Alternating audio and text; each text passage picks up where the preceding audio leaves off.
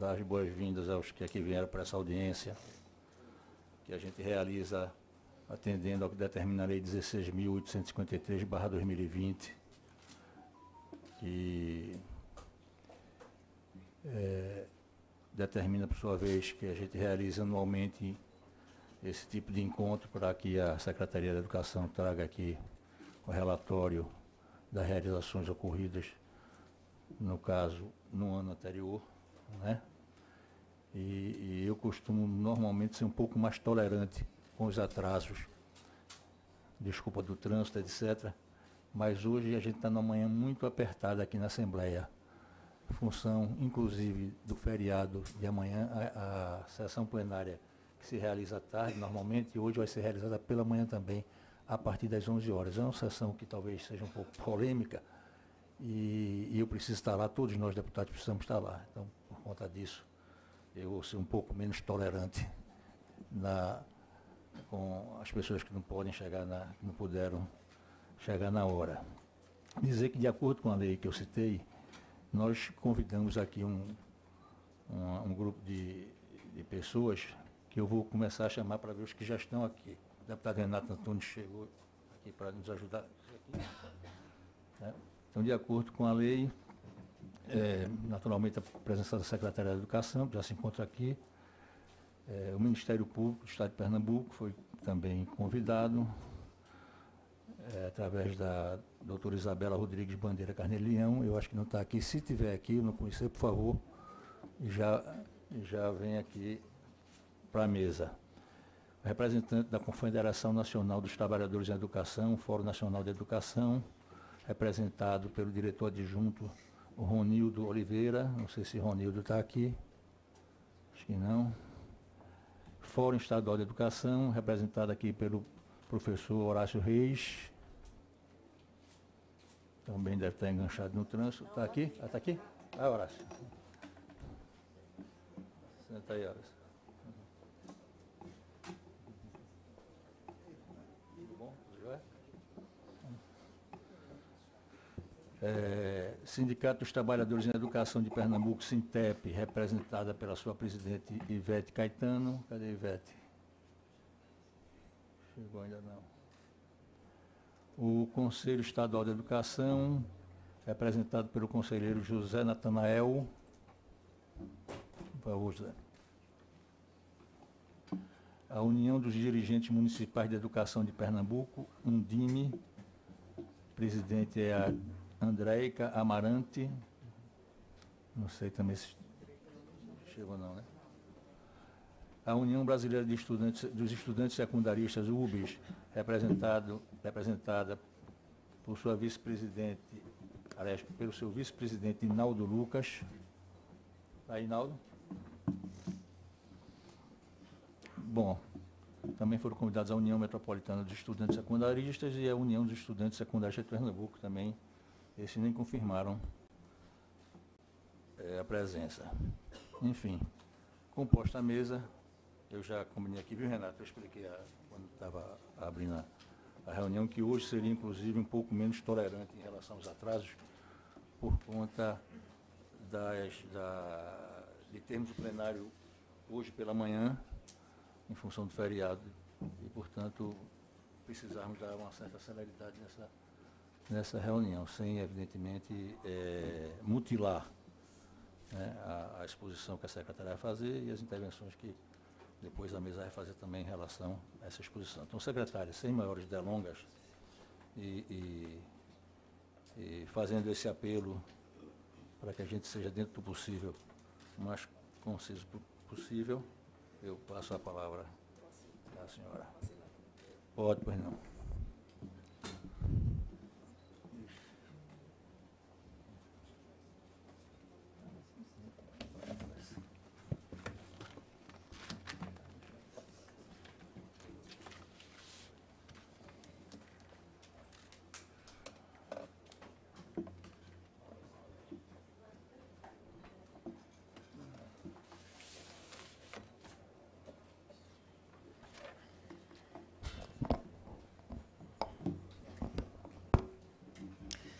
Bom dia. Bom dia a todos e todas. É um prazer estar aqui nesse momento de prestação de contas, né, de uma área que é tão cara do ponto de vista social, principalmente, e estamos aqui para apresentar o relatório anual de indicadores. Mas eu gostaria de cumprimentar o deputado Valdemar, em nome dele, todos os deputados, mas no caso, por enquanto, o nosso deputado Renato, né, cumprimentar toda a mesa, agradecer a presença de vocês, cumprimentar também os nossos secretários executivos que aqui estão, Mônica, Gilson, Luciano, Ana, Natanael, que está fazendo um pouco os dois papéis, né, mas também está representando o Conselho. Senhores e senhoras, né, é um relatório, como já disse o deputado, né, ele obedece à Lei de Responsabilidade Educacional, e nós temos como pauta os itens alfabetização, matrícula e abandono escolar, a taxa de distorção, idade e ano, questões sobre docentes, sobre os programas, tempo de estudo, rendimento escolar, infraestrutura, como itens obrigatórios dessa apresentação, mas a gente traz também um item de principais resultados e iniciativas para a gente aqui colocar. Pode passar. Começando por alfabetização, e a gente traz a taxa de analfabetismo da população. Como vocês podem ver, no ano de 2022, a taxa é de 11%, né? A gente tem uma taxa a nível de Brasil de 5,6%, mas assim, Pernambuco, e se a gente for fazer uma avaliação desse quadro, a gente vê uma permanência aí no que se refere ao indicador, né? 11% a gente tem em 2018, 19, 22, 21, lembrando que nesse período a gente vai estar sempre lembrando o período da pandemia, porque teve muitos aspectos aí relevantes que impactaram, né, nos resultados. Mas, em relação ao analfabetismo da população, temos 11%. Pode passar. Só para ilustrar no que se refere a nível de Nordeste, né, nós estamos em terceiro lugar. Obviamente que taxa de analfabetismo, quanto menor, melhor, né, para a gente, é essa a nossa busca. E estamos aí, no terceiro lugar. Sobre matrícula e abandono escolar, a gente tem esse histórico, né, de 2019 a 2022. A gente vê que a coluna verde é o município, o azul escuro estadual, a rede estadual. Temos a rede privada do azul mais claro, vermelho federal, né, e temos ali o total, né? Então, hoje Pernambuco tem mais de 2 milhões de estudantes distribuídos aí por essas redes, né, no que se refere à rede do Estado, né, que é a nossa intenção maior, né, obviamente. 2022, 559 mil matrículas. A gente vê 19, 576, 20, 582, a gente tem uma baixa 566 e 559 mil. Então, a gente percebe aí um percentual no que se refere a toda a rede do Estado de Pernambuco, constante, né, de 26%. Então, nós, do Estado de Pernambuco, nós representamos 26% de todos os estudantes, né, em comparação a essas redes. A gente tem o federal com 17 mil estudantes, que também permanece aí com 1%, e o município, nesse equilíbrio aí, né, de 50%, só 2021, 52%. Pode passar. Aí vamos para o abandono escolar, né, que isso é também um desafio, é um indicador quanto menor, melhor, né, o objetivo é a gente ter 0, mas obviamente que tem vários fatores, né, que a gente vai levando em consideração. Então, só para ilustrar, o azul escuro, a gente está falando de anos finais, o verde, o ensino médio, e o azul mais claro, a gente está nos anos iniciais. Então, hoje, os indicadores 1,7 para anos iniciais, 1,5 para o médio e 0,8 para anos finais. Se a gente faz uma comparação de 2019 para 2022, né, a gente vê, por exemplo, o ensino médio se manteve né? Mas os outros indicadores, aqui houve uma baixa no que se refere a anos finais, isso é interessante para a gente, mas anos iniciais, ele sofre um aumento e a gente que é da educação sabe até os motivos, né? A pandemia realmente, esse público sofreu bastante, né? Houve um abandono, eu acho que vai haver aí uma recuperação nos próximos anos. Pode passar. Vagas ociosas, né? Aquelas vagas, a gente todo ano, por sinal, a gente vai iniciar, né, a abertura das matrículas. Todos os anos a gente abre as matrículas, a gente oferta uma quantidade de vagas e, por vezes, essas vagas não são ocupadas, né? Em 2022, tivemos vagas ociosas, 20 mil, mais de 20 mil, né, vagas, mas aí, pelo histórico, a gente vê 2019, foram 47 mil, 20 e 21, a gente teve um aumento grande, possivelmente o fenômeno aí da pandemia, e aí, desculpe eu estar sempre voltando nessa questão, porque eu acho que é importante ilustrar. E em 2022 a gente tem como vagas ociosas 20.500, a gente percebe que existe uma diminuição, né, e isso é interessante, né, quer dizer que a distribuição da rede, ela aos poucos, ela vai se adequando à necessidade da população. Vamos para a taxa de distorção.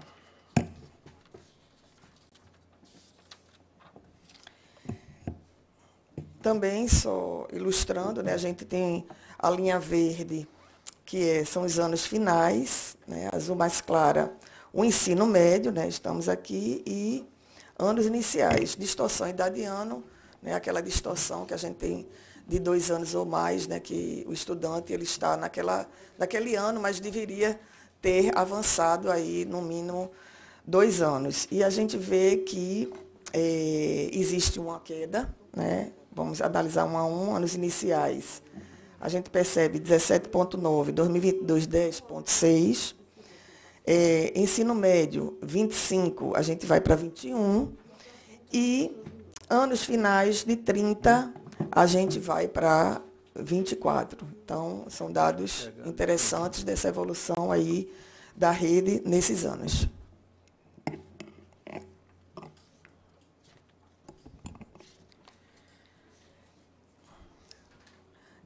Pode passar. Né? São dados de 2022, a gente tem aí uma tabela, a gente colocou 19 a 2022, no que se refere à quantidade de professores, dos professores efetivos, em dezembro do ano passado, né, 18.390, e temporários, 19 mil. Então, percentual de 27%, né, do nosso pessoal, e 27,95%. Nós tivemos o concurso público, né, houve o concurso, a gente começou esse chamamento, e aí, possivelmente, a gente, se fosse tirar um retrato hoje, já teria aí uma ampliação, uma melhoria desses números no que se refere a professores efetivos.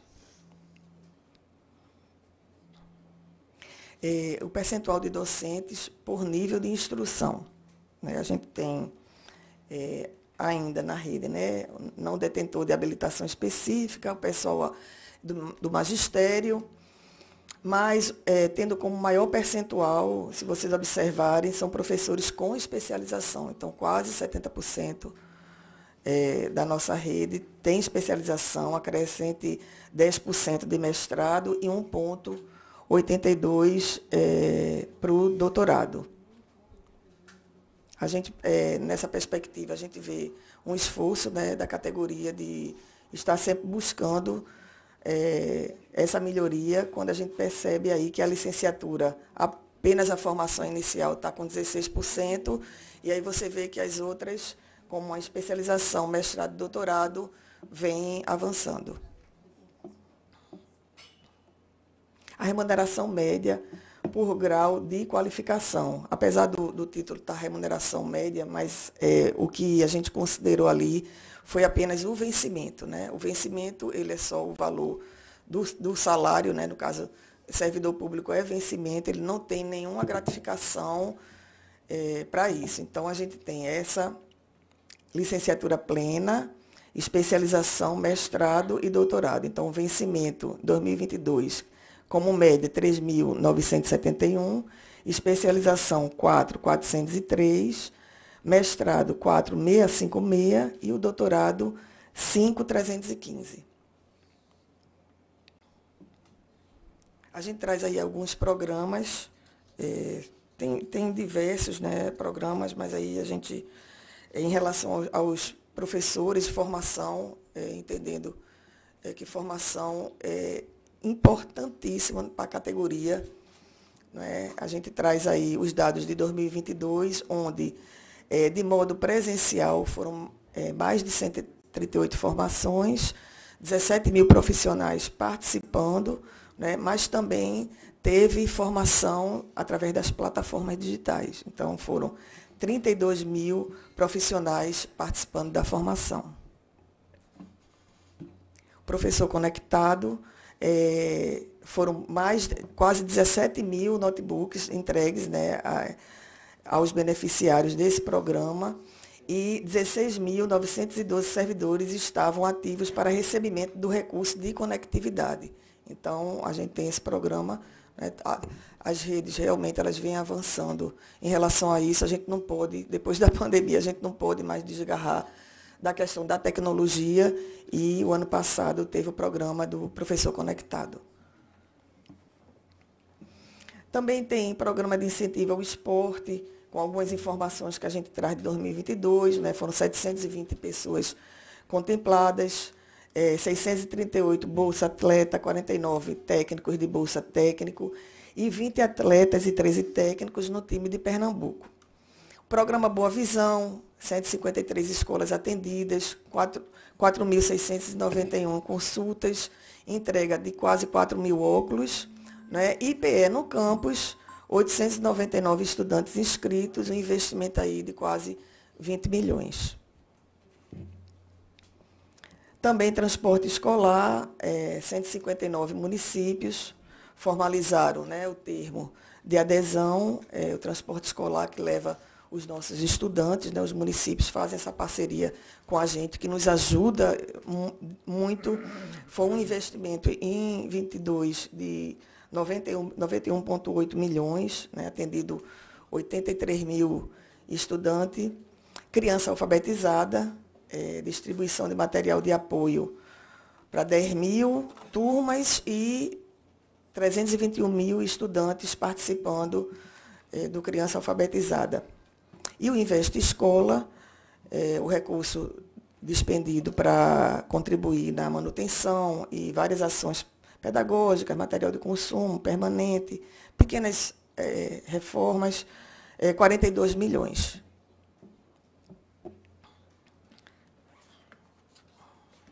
Tempo de estudo.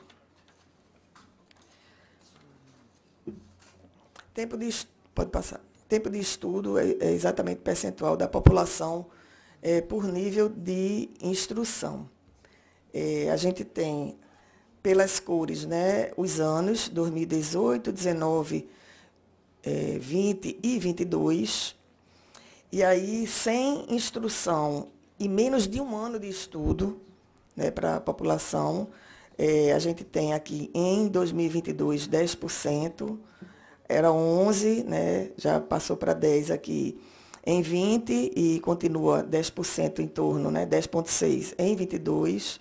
Em relação a nível fundamental, do fundamental ao ensino médio incompleto, então quem tem fundamental e ensino médio incompleto, o quadro é esse, a gente tem a população em 2022 49%, e no nível de ensino médio completo e superior completo, é esse quadro. 2018 eram 37%, né, e em 2022, 40%. Então, o objetivo, obviamente, no devido tempo, claro que as pessoas têm tempo para fazer sua formação, mas é que cada vez mais esse bloco venha aumentando e a gente percebe que vem nesse ritmo. Pode passar. Rendimento escolar. no que se refere a rendimento escolar, a gente traz aqui algumas taxas, né? Iniciamos pela taxa de aprovação, em razão desse rendimento. Também, 2019 a 22, a gente sempre traz esses anos, porque é importante a gente ter referências, porque se a gente traz só o ano de 2022, a gente fica sem saber como é que está o andamento, né? Então, essa coluna aqui são os anos iniciais, aqui os anos finais e o ensino médio a gente acompanha por essa linha azul mais escura. Então, qual é a taxa de aprovação em 2022? É de 93%, 93,8%. Né? Temos aqui anos iniciais com 85,6% e anos finais 95%. A gente vê aqui também uma crescida, né? Mas a gente sabe também que a pandemia, a gente precisou fazer algumas estratégias para não haver prejuízo aí para os nossos estudantes. Mas se a gente olhar de 2019 para 2022, né, a gente teve uma melhoria aí nos anos finais e no ensino médio a gente também teve uma melhoria. Pode passar. Eita, tu ficou. Pronto. Vamos ver a taxa de reprovação, né? Como é que ela se comportou ao longo desses 4 anos, né? Que está demonstrado. Para 2022, a gente tem uma taxa de 12,7 para anos iniciais, 4,2 para anos finais e ensino médio, 4,7, né? A taxa de reprovação. Se a gente comparar 2019 a 2022, a gente vê que a taxa, por exemplo, em anos finais caiu, né? Taxa de reprovação. Anos iniciais também e ensino médio a mesma coisa. Então, houve uma diminuição ao longo desse período no que se refere à taxa de reprovação. E está aí os dados. Pode passar.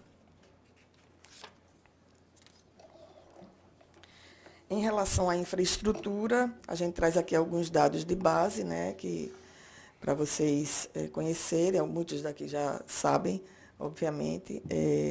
O que está azul marinho são as escolas municipais, né, as estaduais elas são verdes, as federais estão aqui nessas bolinhas, né, a gente tem em 2022, sempre lembrando que são dados de 22, no estado 1.055 escolas, né, 4.834 municipais e federais 26. A gente tem 5.000 municipais, houve uma diminuição, né? E no que se refere a estadual, de 19 a 22, 2 escolas, mas obviamente que isso é sempre ajuste, né? Às vezes todo movimento, a gente não tem alterações tão significativas, mas esse é o quadro que a gente tem. As federais sempre se mantendo, né? A gente pode passar. Pronto. Número total de escolas estaduais por tipo de ensino. A gente tem aí as regulares, que está nesse verde aqui. Esse azul mais claro sempre será total. Lembra que no quadro anterior a gente colocou 1.055, né? Então, regulares são 479 em 2022. De referência, 518. E escolas técnicas, 58. Né? Fazendo uma comparação, a gente vai vendo os avanços no que se refere a escolas técnicas, 19,44. Passa para 58. As escolas de referência, 369, 518. As escolas regulares, 644, diminui, mas a gente sabe por quê, porque muitas se transformam, né, em escola de tempo integral, de modo que a diferença é quase nada, né, 1.057 e 1.055, mas existiu essa dinâmica por conta do avanço que houve no que se refere às escolas de referência e também posta aí as escolas técnicas.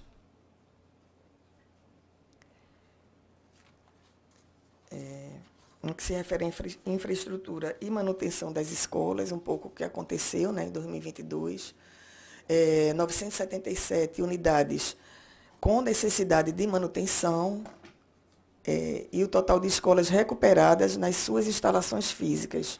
846 unidades tiveram essa recuperação. 100% da rede recebeu vistorias e avaliações da estrutura física. Todas as demandas que envolveram segurança estrutural em 2022, isso foi atendido e foi regularizado, e essa os dados no que se refere ao que aconteceu, a dinâmica de manutenção da infraestrutura da rede estadual. No que se refere à biblioteca, laboratório, sala de leitura, né, quadras, de 2019 a 22, o que está de verde são as bibliotecas e sala de leitura. O que está de azul são os laboratórios. E o que está de amarelo são as quadras, né? Aí a gente percebe que as bibliotecas, 84%, 2019 para 85%. No que se refere a laboratório de informática, 84% e 84%. E aqui a gente fez um diferencial, porque quando a gente foi atrás dos dados, aqui, porque laboratório ele tem um conceito no MEC, né? É o laboratório físico. E aí o censo, ele determina isso. Então tem que ter a sala, tem que ter os computadores. Só que na rede estadual também tem outro fenômeno interessante, que são os laboratórios móveis. Tem um laboratório, mas ele é móvel, ele vai para cada sala que tiver a necessidade. E é óbvio que isso tem que estar posto num relatório, porque trata-se de um laboratório, né? Possivelmente o MEC deve, não sei se tem previsão de rever, mas é importante a gente trazer. Então, existe uma manutenção, né, de 84% da rede, e as quadras, que sai de 53% para 57%.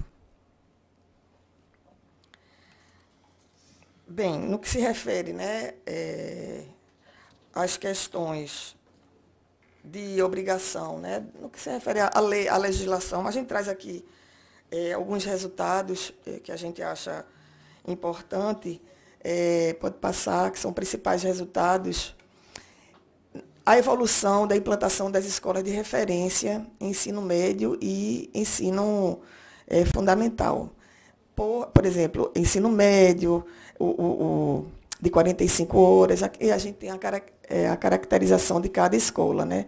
De 35 horas, o fundamental de 35 horas, o EREM e EREFEM de 35, aquele que tem dupla jornada, e as escolas técnicas, né? Então, como realmente existiu um avanço significativo, a gente traz aí para vocês por situação de escola. Só exemplo, e aí a gente pode dar um exemplo aqui, do ensino médio de 45 horas em 2016, vamos para 19, né, porque a gente está sempre com 19, 186 para 304. Então, a gente percebe aí, inclusive, Pernambuco já alcançou, né, o que o Plano Nacional de Educação determina.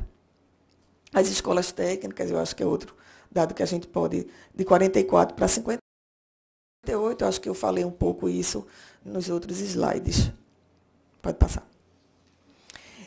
No que se refere à proficiência, na língua portuguesa, a gente tem azul mais escuro, que é o terceiro ano, né, do ensino médio, o azul mais claro, que é oitava série, nono ano, e o verde, quarta série, quinto ano, que a gente conhece. Tem um estudo de 2018 a 22, e a gente percebe o quê? Que no ensino médio, 280 era a proficiência da língua portuguesa, a gente tem uma queda, né, para 272.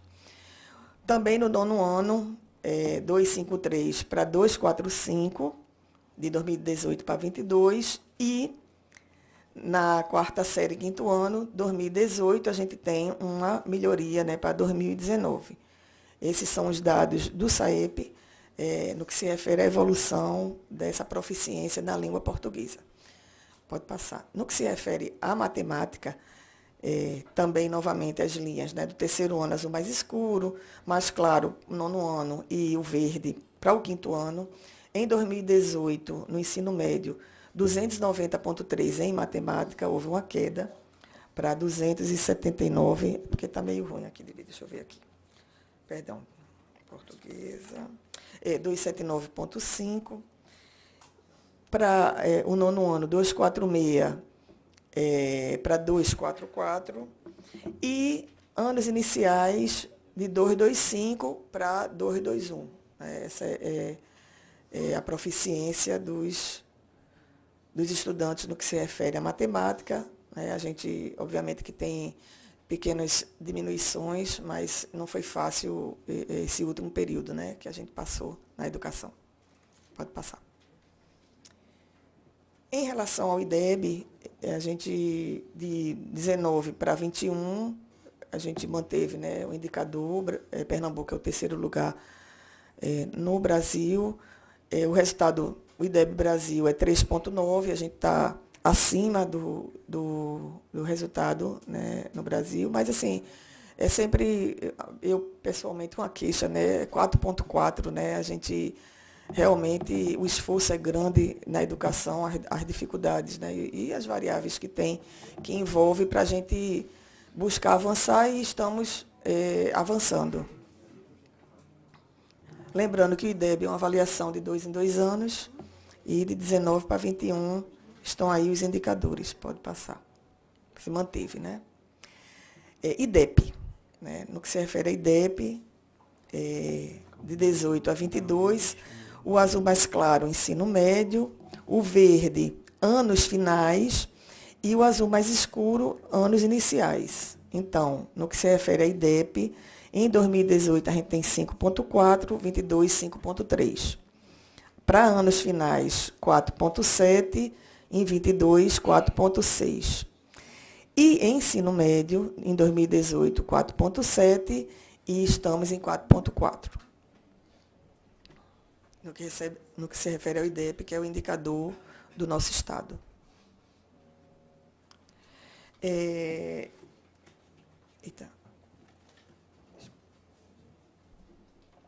Gente, isso foi o que a gente trouxe, né? A gente espera ter atendido, deputado, ao que pede a legislação.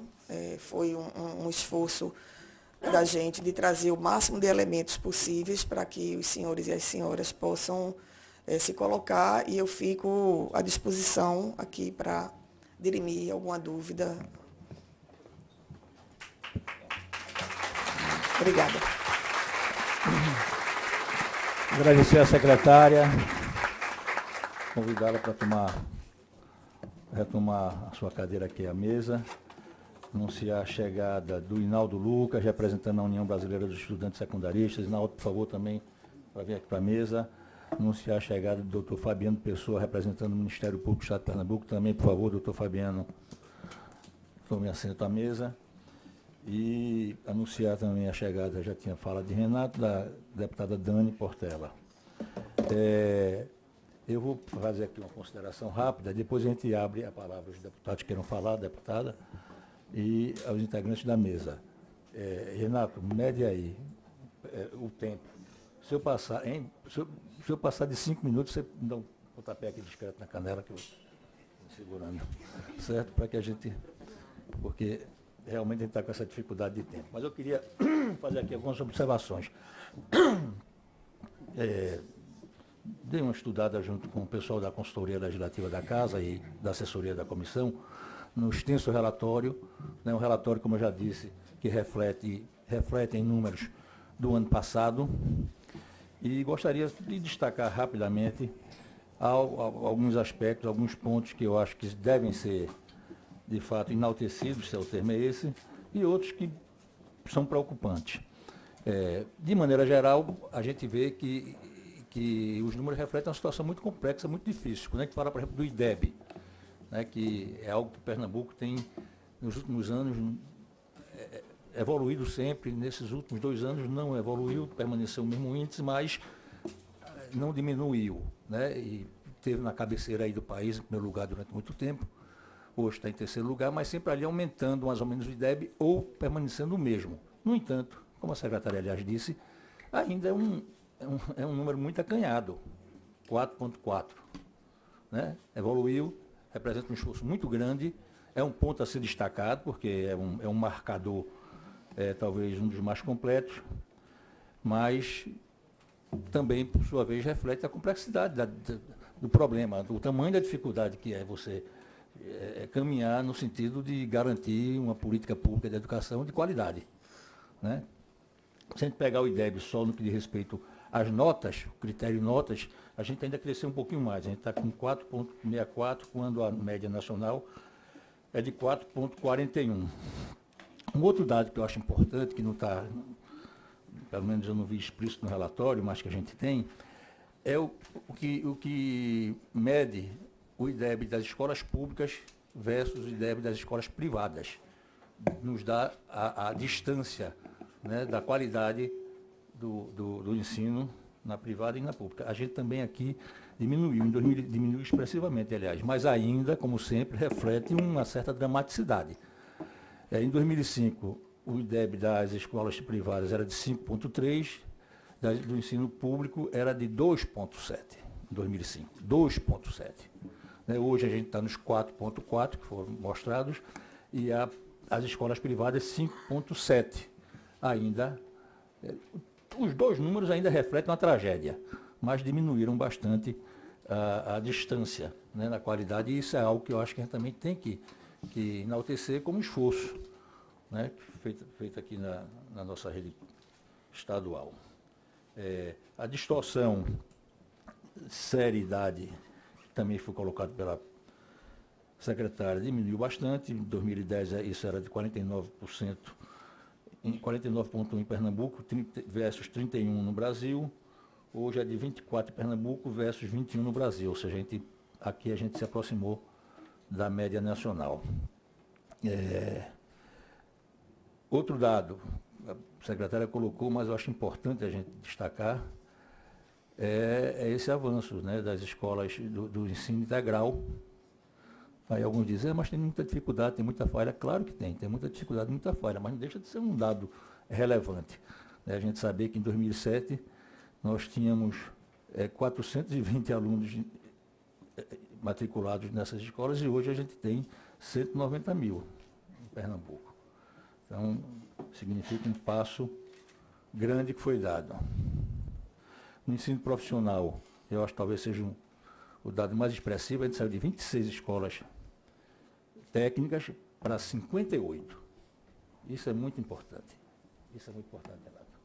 Né? Hoje, 24% dos alunos do ensino médio de Pernambuco estão em escolas técnicas. Ou seja, ele tem o aprendizado da escola, digamos assim, convencional e tem também já em paralelo o aprendizado de uma profissão. No mundo que a gente está vivendo, um desemprego elevadíssimo, isso é muito relevante. Algumas preocupações que permanecem, talvez, com mais força. Questão do analfabetismo, que aqui já foi exposto também.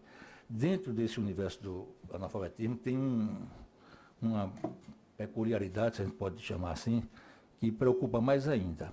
É que aproximadamente 20% desse universo está localizado nas crianças do elementar 1 e do elementar 2.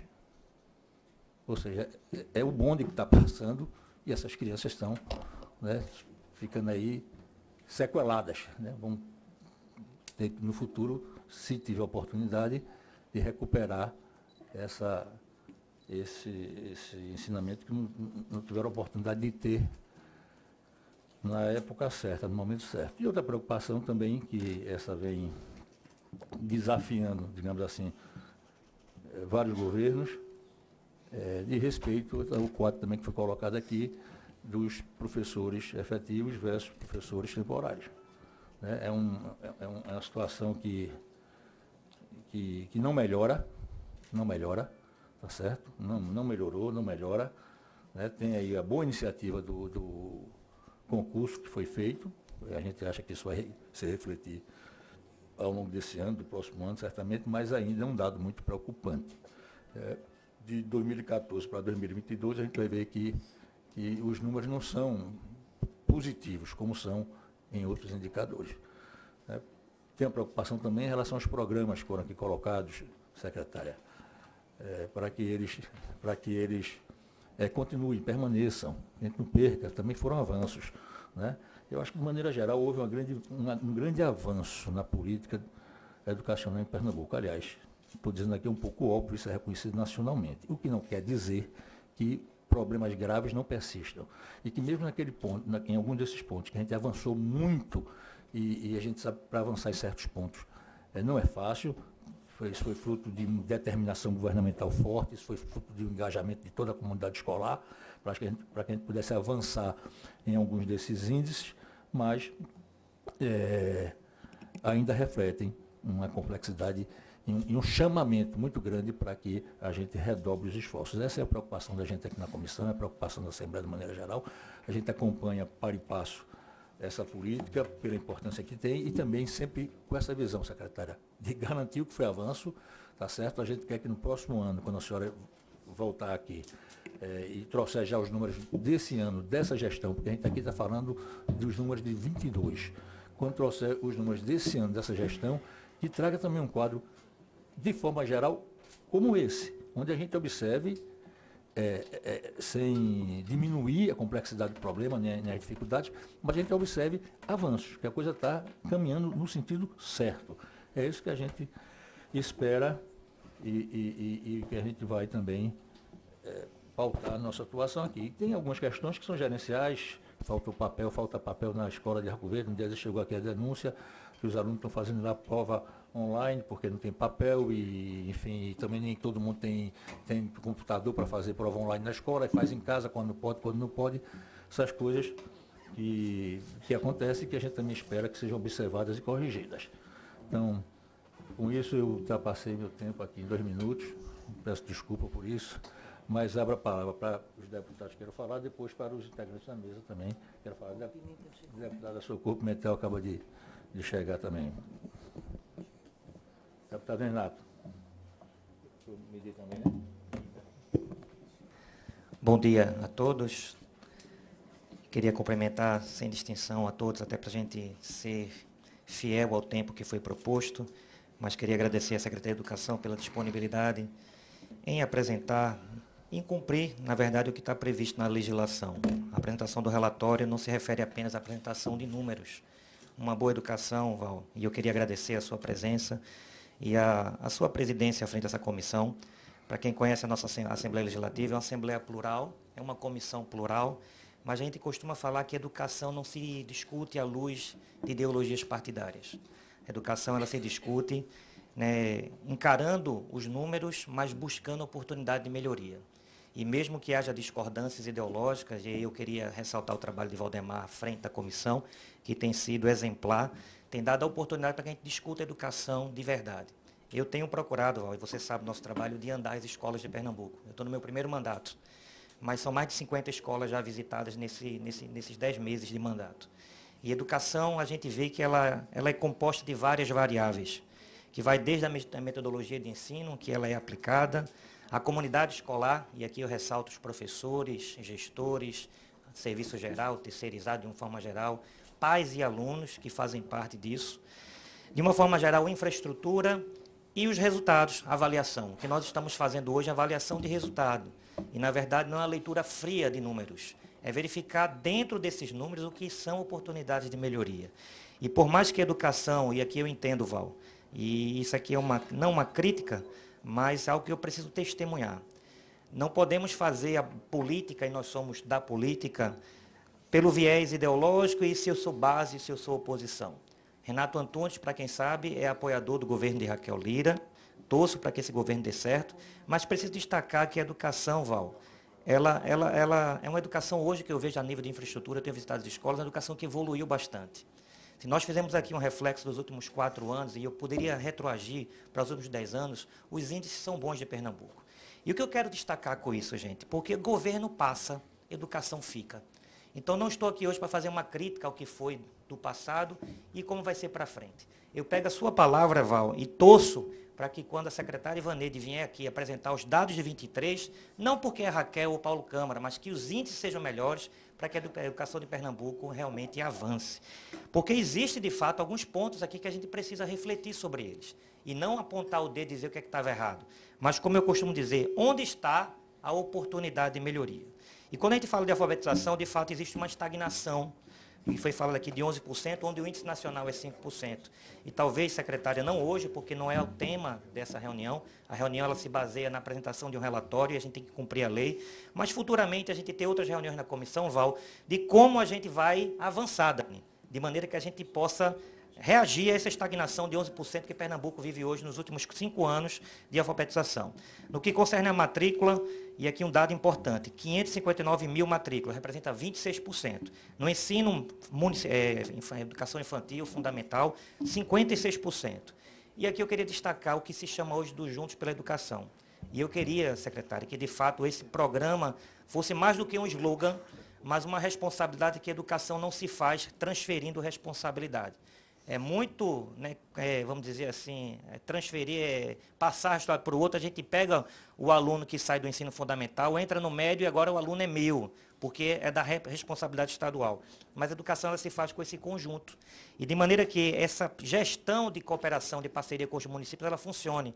Que Pernambuco não se limite a dizer que o problema da educação infantil é do município e assuma apenas responsabilidade quando essa criança, adolescente e jovem entrar no médio. Mas que, de fato, haja política pública para que a educação infantil também, responsabilidade dos municípios, possa ter a mão e orçamento do Estado para que a gente possa ter uma educação de maneira que ela seja gradual e esses números eles possam cada vez melhorar. Então, fica esse registro que é importante. Taxa de abandono. Tivemos o reflexo da pandemia, é verdade. Mas aí a nossa pergunta, o que é que o governo do Estado está fazendo para também diminuir, uma vez que é importante, né, uma vez que estava havendo redução significativa das taxas de vagas ociosas, o que fazer com aqueles alunos que se matricularam, infelizmente, hoje não estão mais na rede. O que é que tem sido feito? Então, fica essa pergunta. Acho que é importante registrar o que é que o Estado está fazendo hoje para que essa taxa de abandono possa diminuir, de maneira que a gente não possa ter as nossas crianças saindo, porque tem que trabalhar, porque são arrimo de família, porque são tantas variáveis, porque o Estado é tão grande e a nossa foco não se limita apenas à região metropolitana. Falo isso porque fui vereador no Recife. Docentes, e aqui fica não uma crítica, mas dados são dados. Nós temos aqui, né, duas retas, né, opostas. Uma onde diminui em 4 anos o percentual de efetivos e aumenta na mesma proporção o de contratos temporários. Eu acho que esse equilíbrio tem que haver. E aí eu faço um registro, Escola Estadual de Monte Verde. Isso é um registro da primeira escola, onde é a segunda das escolas que eu visitei esse ano. Dos total de docente, apenas um professor de carreira, todos eram temporários. Mais uma vez, 4 temporário é importante, mas esse equilíbrio é importante, porque a gente sabe, e aí, o que é que está sendo feito, o que é que a gente pode fazer, a gente sabe que existem concursos, mas não apontando o futuro, mas olhando os dados do passado para que a gente possa enxergar a oportunidade de melhoria. Então, concordo com o Val que esse é um dado bem preocupante, de maneira que a gente possa ter um equilíbrio. O contrato temporário é importante, ele supre lacuna, mas o concurso público é importante. Eu falo isso porque eu também sou servidor público de carreira e é o canal que deve ser respeitado. Dentro dos programas não vou abordar, que já foi falado, acho que são importantes, e aqui eu só faço um reforço ao Investe Escola, que para mim é um programa fantástico, que dá autonomia na ponta da linha para que o gestor, e aqui eu abro um parênteses, parabenizar todo o gestor escolar, domingo foi o dia do gestor escolar, parabenizar aqueles que fazem a gestão no dia a dia. E a gente sabe que o Investe Escola foi um programa que investiu cerca de 42 milhões, e para quem está na ponta da linha é fundamental que esses recursos continuem chegando. E aqui eu destaco a importância desse programa. Vou falar só um pouquinho no que concerne os principais resultados, e a minha preocupação realmente com o IDEB, embora seja um IDEB que há uma evolução, mas é um IDEB ainda, como já foi dito por Val e pela própria secretária, que é um número bem acanhado, e o nosso esforço, e aí eu vou usar uma palavra que talvez seja mal interpretada, mas eu quero usar no sentido da palavra, que é a palavra mediocridade. Mediocridade no sentido de ser mediano, aquilo que é medíocre. Então, eu penso que esses dados, embora seja crescente, ainda é um dado mediano. Acho que é uma oportunidade de melhoria que a gente possa avançar. No mais, queria agradecer a todos pela presença, Val. Hoje é um dia de eleição nesta casa, mas os deputados que aqui estão, Socorro, Renato, Dani, e saudar Jorge também, né, Dani? E dizer que a nossa prioridade, gente, mais importante que uma eleição é tratar a educação, porque, como já falamos, governo passa, a educação permanece. Obrigado, Val, é o que eu tinha a dizer. Obrigado, deputado Renato, Antônio. Passar a palavra para a Dani. Eu queria só, Renato, trazer aqui uma informação que eu não coloquei. Essa taxa de evasão que você fala, que é também um marcador importantíssimo. Em 2013, a de Pernambuco era 5,2. Em 2022 é 1,5. Ainda há evasão, mas você veja que houve uma queda muito grande. Em 2013, a nacional era 9,3. A de Pernambuco, 5,2. Já era melhor do que a nacional naquela época. Em 2022, a nacional caiu um pouco para 6,6, mas a nossa caiu bem mais para 1,5. Também é algo a ser destacado. Tânia, a palavra. Só uma adendozinha, uma provocação. Não provocação, aproveitar que o secretário de Esporte está aqui, educação também. Eu queria até propor um reestudo da lei que se trata do Bolsa Atleta. Hoje a gente vê atletas, infelizmente, que são impedidos de viajar porque são condicionados a ter uma medalha nacional. E para ter uma medalha nacional, a gente precisa rediscutir essa questão. Então, aproveitar o secretário Luciano, quem tem nos recebido com tanto carinho, que a gente possa repensar nessa ideia de como privilegiar as crianças e adolescentes que querem competir fora e não conseguem porque não têm acesso ao Bolsa Atleta, porque não são medalhados.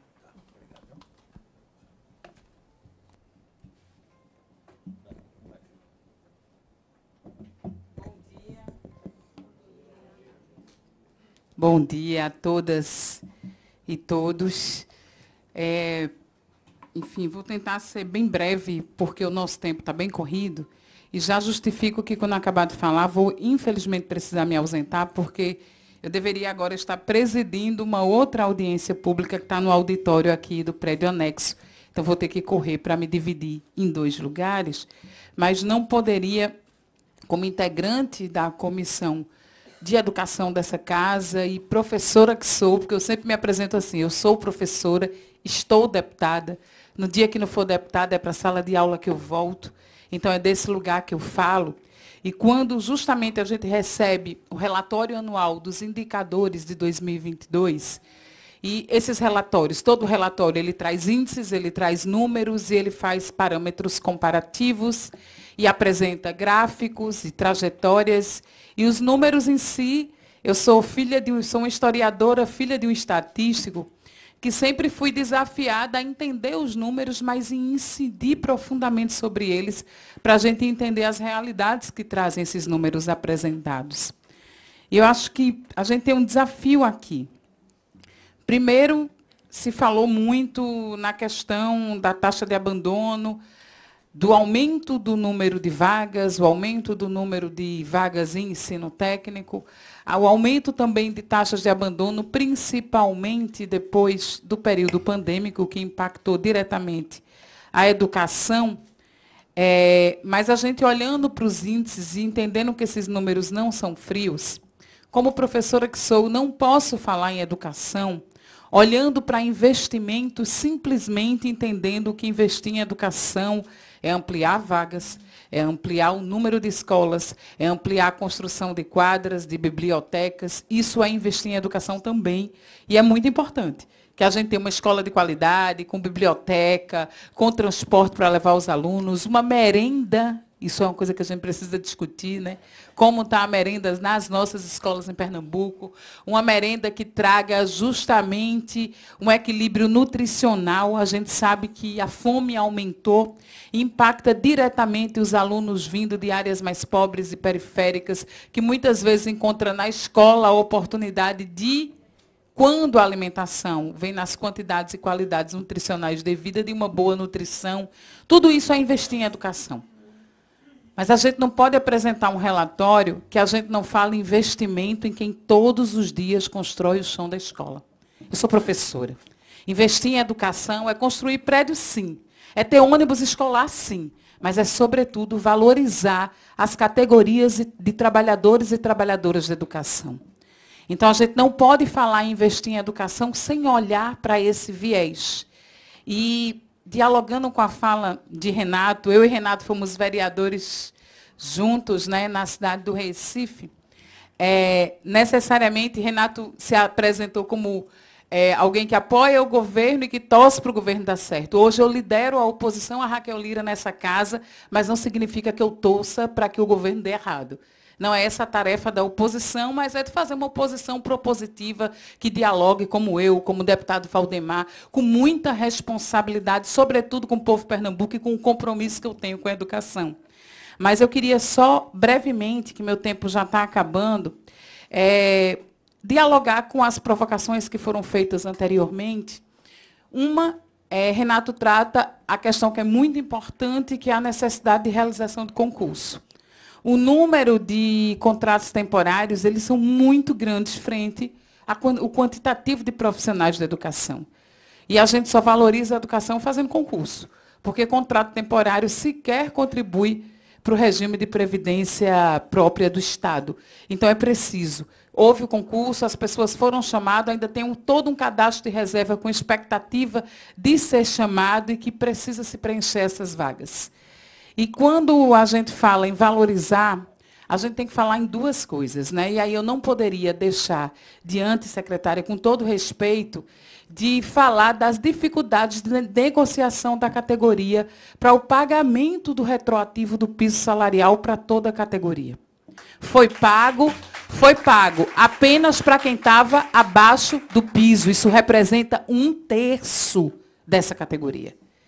Não é possível, eu como professora que passei por especialização, por mestrado, você passar toda uma vida numa sala de aula e alguém que está há 20 anos ter exatamente o mesmo vencimento de alguém que acabou de ser convocado no novo concurso.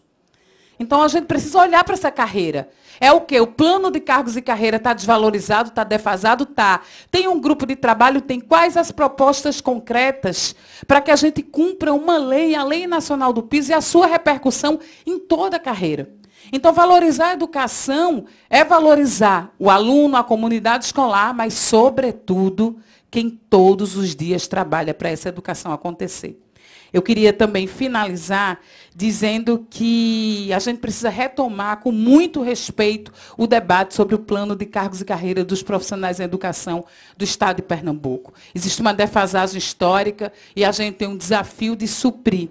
Mas também, por fim, a gente tem que lembrar do Valoriza a Educação.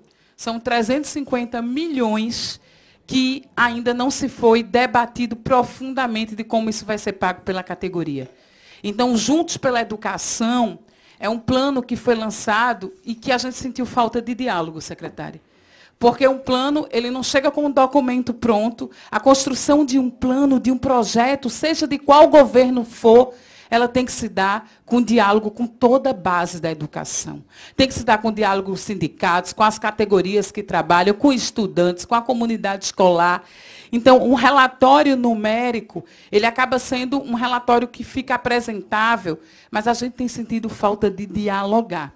E queria que a Secretaria de Educação, na pessoa da secretária, realmente abrisse as portas para um diálogo efetivo de ações que se possam ser propostas. Então, para valorizar a educação, vamos valorizar os números, vamos valorizar o investimento, mas investir em educação é investir em quem cotidianamente está no chão da escola.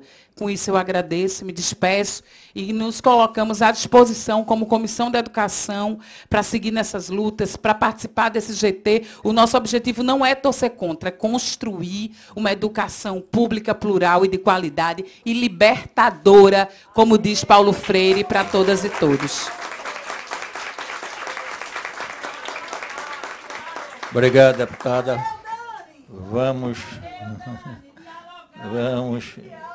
Vamos começar agora aqui a ouvir o representante da mesa, de acordo aqui mais ou menos com os que chegaram na mesa. Vou passar a palavra inicialmente ao professor Horácio Reis. Horácio, reiterando aquele apelo da concisão, objetividade, certo? Sem prejudicar o debate, mas o mais objetivo possível. Obrigado.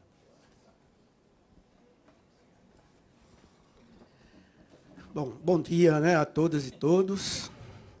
Eu vou tentar aqui ser bem breve, até porque, inicialmente, eu quero cumprimentar, né, o nosso presidente da Comissão de Educação e Cultura, aqui da Assembleia Legislativa.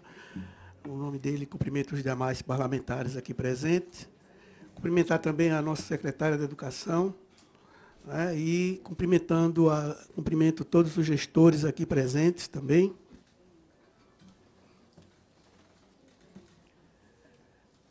Cumprimentar o companheiro Natanael, aqui representando o Conselho Estadual de Educação, a companheira Ivete Caetano, aqui representando os trabalhadores da educação, o Hinaldo, aqui representando os estudantes, e dizer para vocês que foram apresentados aqui dados, resultados,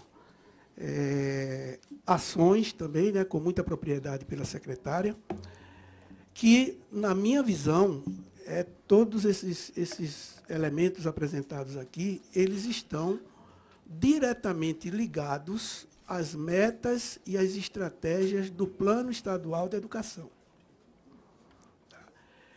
E aí, é por isso que eu quero agora trazer uma questão que já é recorrente. Em outras apresentações do relatório aqui na Assembleia Legislativa, eu tive a oportunidade de participar e eu levantei uma preocupação e volto a levantar hoje, nesse momento.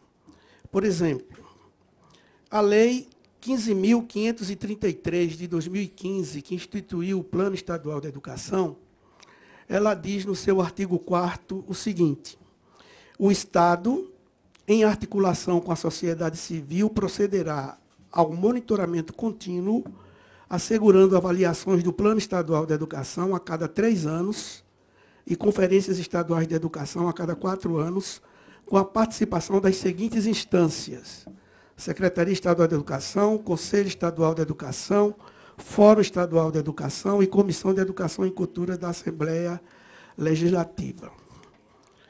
Bom, eu tive a satisfação, né, e a oportunidade de ser conselheiro do Conselho Estadual de Educação, membro do Conselho Estadual de Educação, assumi a vice-presidência também nesse período, desde 2014 a 2022. O nosso Plano Estadual de Educação é de 2015 a 2025. E eu não constatei, nesse período, de 2014 a 2022, nenhum monitoramento e nenhuma avaliação do Plano Estadual de Educação que deva ter sido feita de forma compartilhada com essas entidades que estão aqui previstas na legislação. Então, eu acho que nós estamos num momento muito importante, inclusive realizando conferências municipais de educação. A Conferência Estadual de Educação vai acontecer agora, em novembro, nos dias 28 e 29. A Secretaria de Educação está dentro desse contexto, contribuindo, apoiando com infraestrutura, na organização também dessa conferência, que é uma etapa da Conferência Nacional de Educação, que vai acontecer em janeiro, né, do próximo ano. Em janeiro do próximo ano, o que se pretende é construir um novo Plano Nacional de Educação. E esse novo Plano Nacional de Educação, ao ser aprovado em 2024, ele vai repercutir, se reproduzir nos estados e nos municípios por meio dos seus planos estaduais e municipais de educação.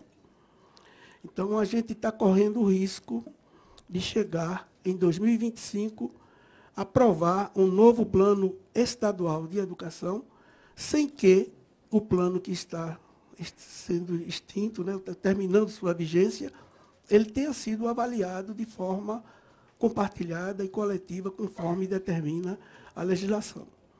Então, eu reitero, né, mais uma vez, essa necessidade. Já tem comissão constituída, com representantes do Conselho, da Secretaria e tal, mas, de fato, essa comissão não se reúne e não avalia o Plano Estadual de Educação. Eu acho muito importante que a gente chegue em 2025 com um diagnóstico, uma avaliação do Plano Estadual de Educação, para que a gente possa, a partir das definições das metas e das estratégias do Plano Nacional de Educação, construir também o nosso Plano Estadual de Educação de forma consistente, compartilhada e de forma democrática. Então, é esse registro que eu reitero aqui, né, na apresentação desse relatório do ano de 2022. Tá? Então, eu quero, com isso, agradecer aqui, em nome do Fórum Estadual da Educação, o convite que me foi feito e desejar a todos e todas um bom momento aqui e que a gente saia com elementos importantes para refletir sobre a melhoria da qualidade da educação do nosso Estado. Muito obrigado.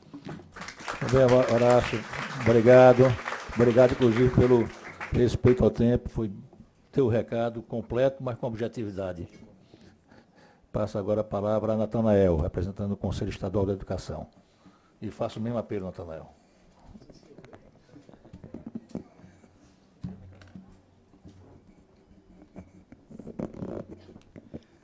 Bom dia a todos e a todas. Gostaria de cumprimentar na pessoa do nosso presidente, para ser também breve, né? Os demais deputados, Renato, a Dani, a Socorro Pimentel, e a todos e todas que, em nome da nossa secretária, fazem parte aí dessa que é uma dimensão, né? Uma área tão sensível que é a educação, e a educação pública do nosso Estado.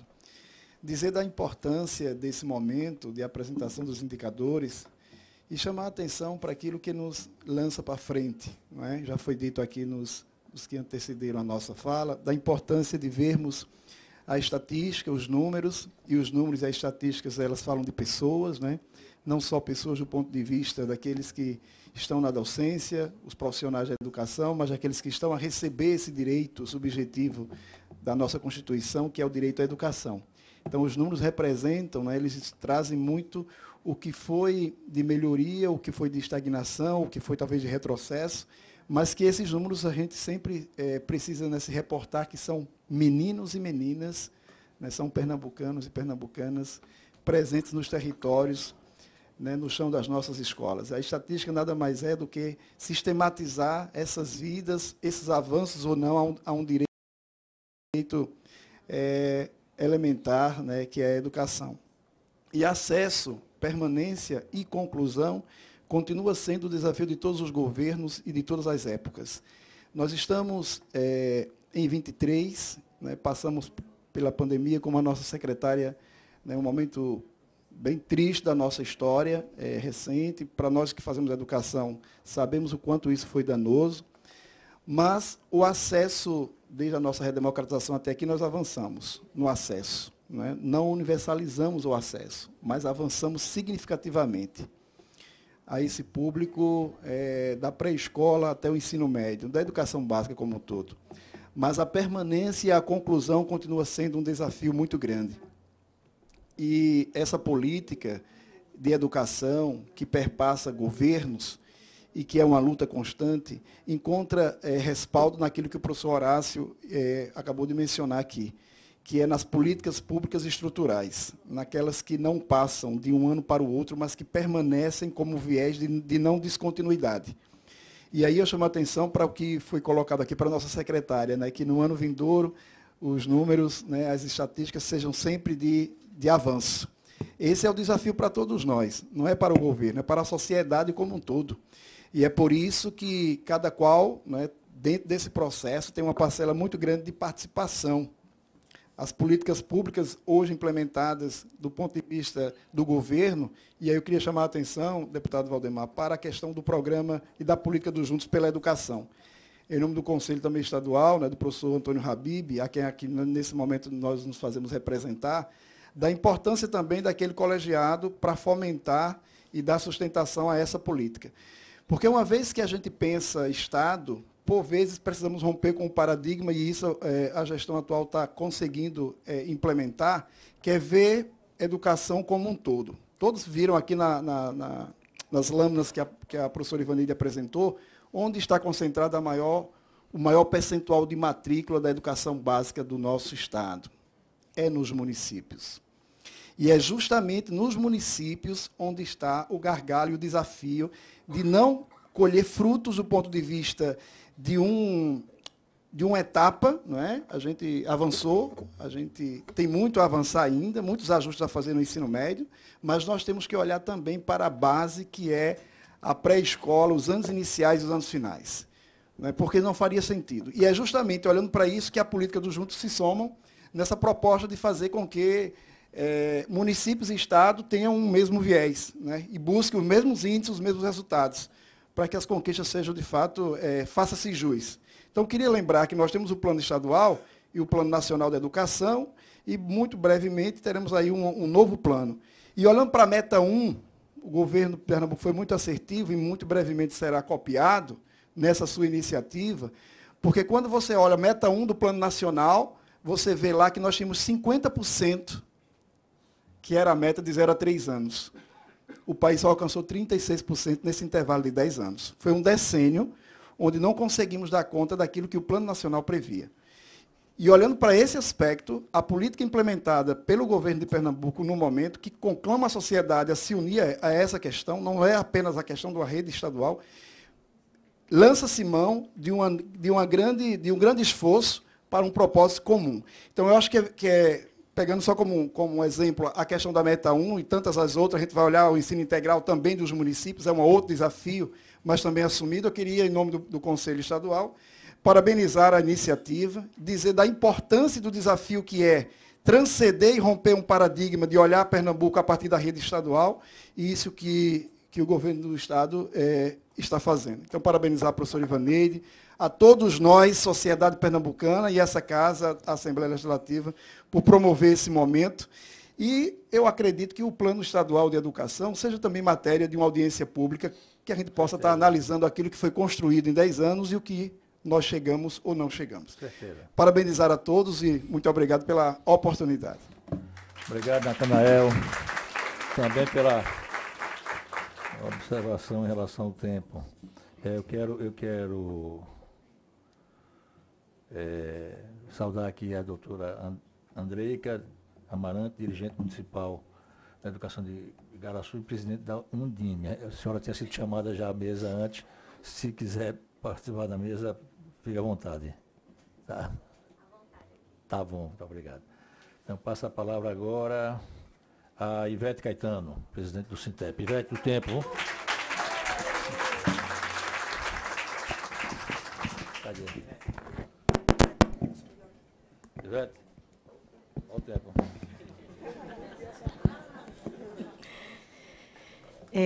Bom dia a todas as pessoas, cumprimentar os deputados, o deputado Valdemar Borges Renato Antunes, a secretária de Educação e todos os demais membros da mesa.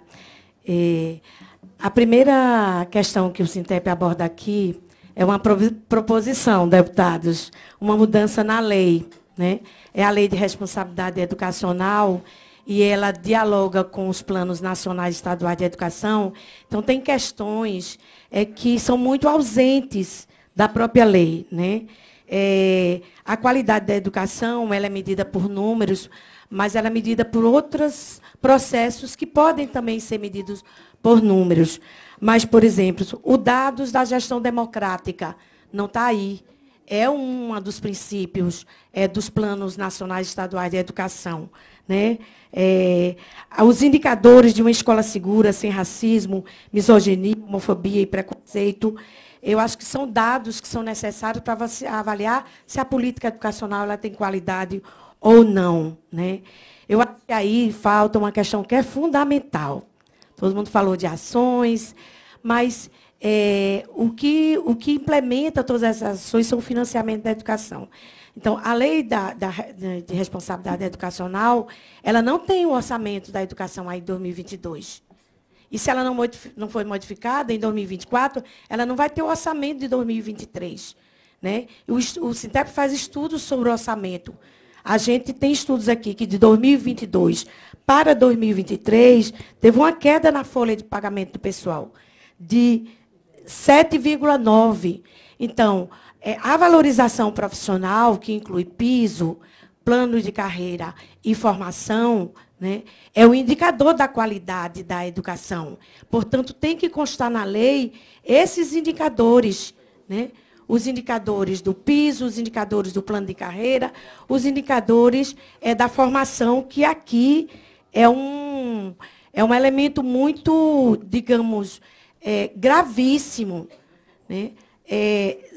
1,82% que tem doutorado, professores, trabalhadores em educação, 10% dos profissionais da educação, ou dos professores, no caso, né, tem mestrado, significa que não está havendo um investimento na formação, principalmente a formação que dialoga com um plano de carreira, que é a titulação.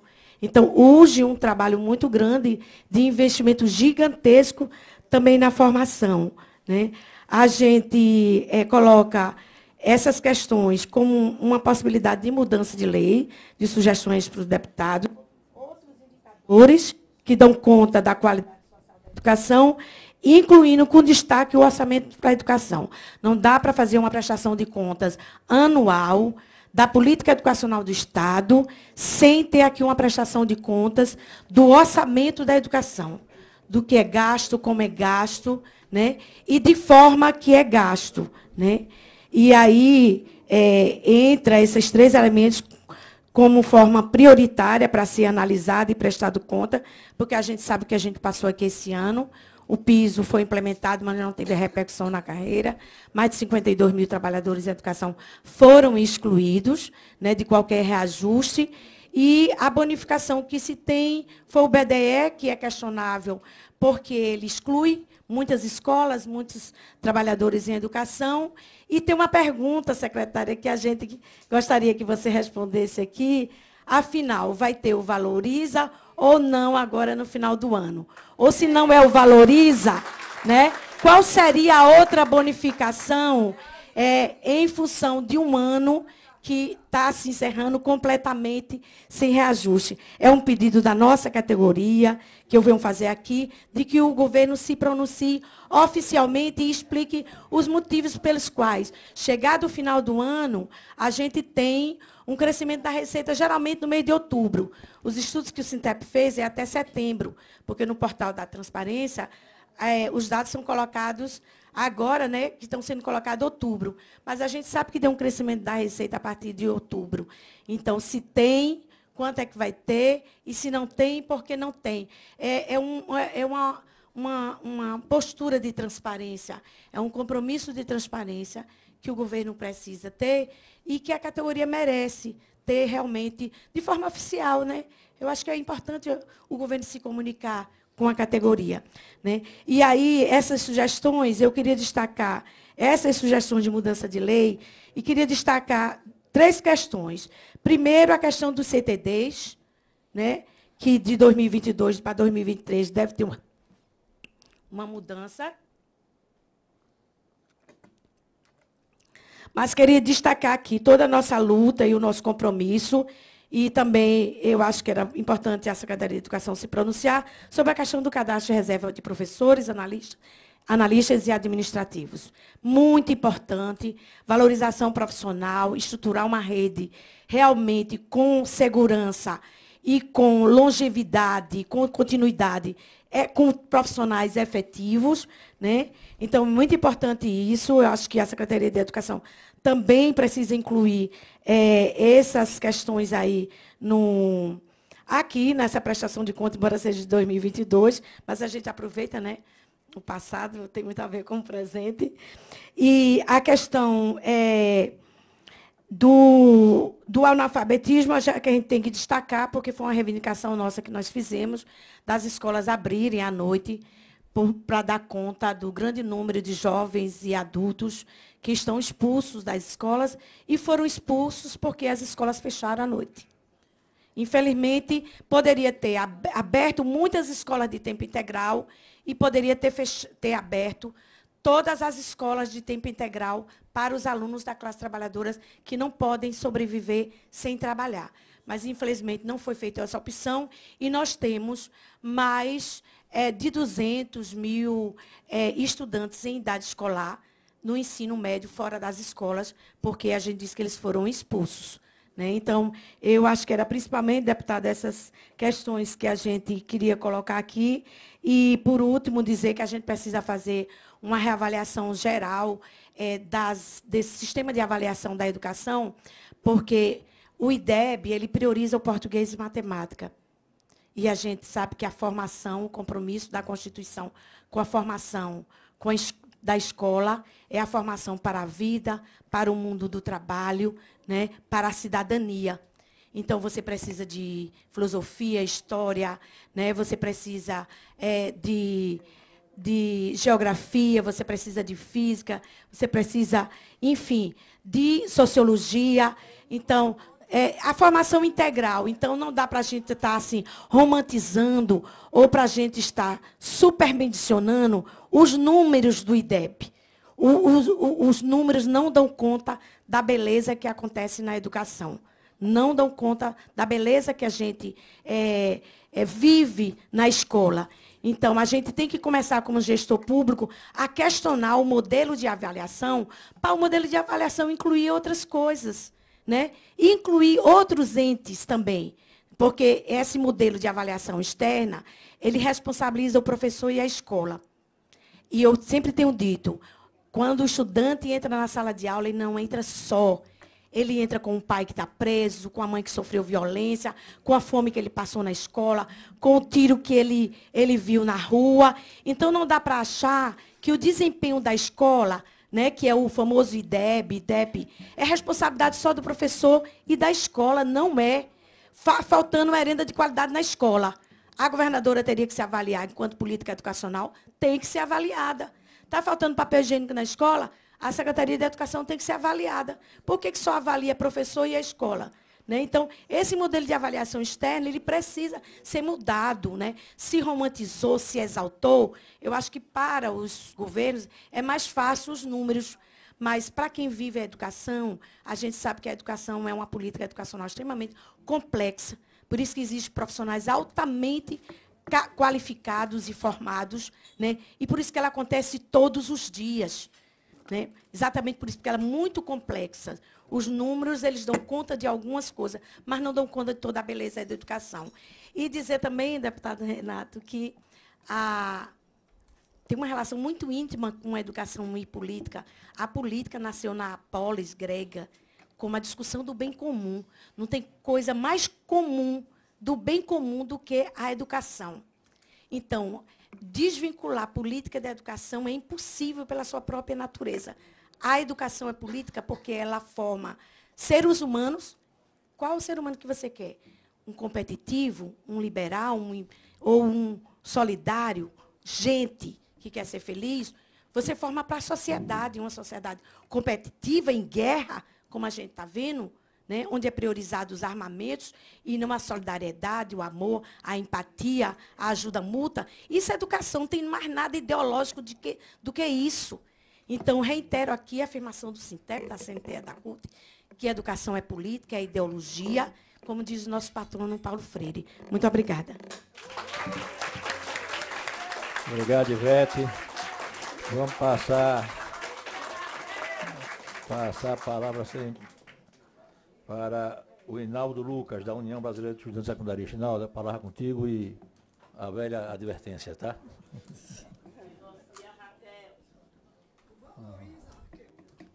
Oi, gente, bom dia. Bom dia, Como já foi Hinaldo. apresentado, eu sou Hinaldo Lucas. Gostaria de saudar essa mesa, né, em nome do deputado e todos aqui presentes. Eu gostaria de trazer aqui o que vem acontecendo, né, na escola pela visão dos estudantes. Eu acho que todo mundo acompanhou, né, viu pelo TikTok ou qualquer meio de comunicação que a gente tem hoje em dia, os videozinhos dos estudantes fazendo aquela crítica sobre merenda ou estrutura das nossas escolas, né? E eu queria dizer o que é que está acontecendo consequentemente a isso. Os nossos estudantes, infelizmente, estão sendo perseguidos dentro das nossas escolas. Isso é uma realidade que está acontecendo. Os estudantes que estão fazendo vídeo para poder fazer essa denúncia, eles estão sendo perseguidos dentro das nossas escolas. Isso é uma coisa muito grave, porque a gente sabe que a gente vive num país livre, que a gente é livre de expressão e a gente está sendo perseguido. Isso é uma coisa que realmente não pode estar acontecendo. Então, eu gostaria de trazer aqui para análise de todos, né, mas principalmente com o governo do Estado, o que vai fazer referente a isso, essa perseguição dos estudantes. Outra coisa que eu queria falar é que, quando eu cheguei, né, a secretária estava falando sobre os dados, e ela falou sobre as escolas, né, que se tornaram integral ou escola de referência. E a gente precisa ter muito cuidado quanto a isso, porque ter números não quer dizer qualidade, né? A gente sabe, né, que Pernambuco sempre foi um estado de muita referência nacionalmente e até internacionalmente pela sua educação.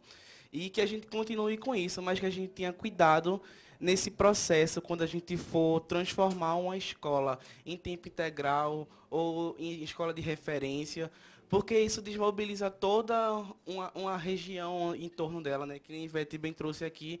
Quando a gente transforma uma escola em tempo integral, ela não funciona à noite. Então, já priva as pessoas que trabalham de conseguirem participar. Então, por favor, né, tenhamos cuidado nesse processo de transformação de escolas em tempo integral e escolas técnicas. Outro ponto que eu queria destacar é que esse momento não seria exato para isso, né, mas acho que também vale aqui em condição de audiência pública, né, de trazer algumas preposições. Eu acho que os dados, né, já foi apresentado, né, pela secretária, então acho que cabe a gente agora conseguir propor o que a gente vai fazer com esses dados, porque não basta só ler ou analisar os dados, mas o que a gente vai fazer. A gente precisa garantir hoje para os estudantes uma merenda de qualidade, acima de tudo, porque a gente sabe da condição, né, de muitas pessoas no nosso país, né, e no nosso estado também não seria diferente, a necessidade a fome, né?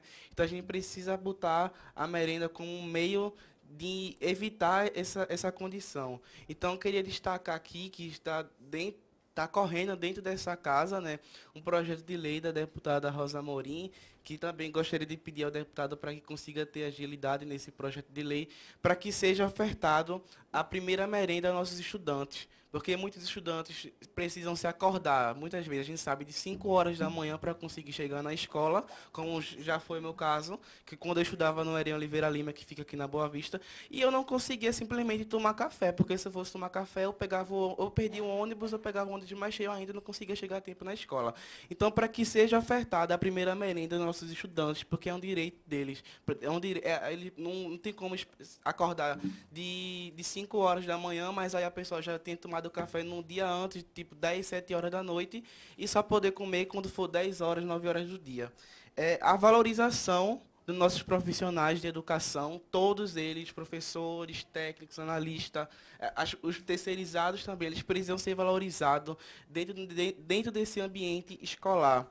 A volta de projetos como Escola Aberta, o programa Ganha o Mundo e o Bolsa Atleta, que nem já foi bem citado aqui pela mesa. Porque esses projetos, a gente precisa reconhecer a educação como não só educação dentro da sala de aula.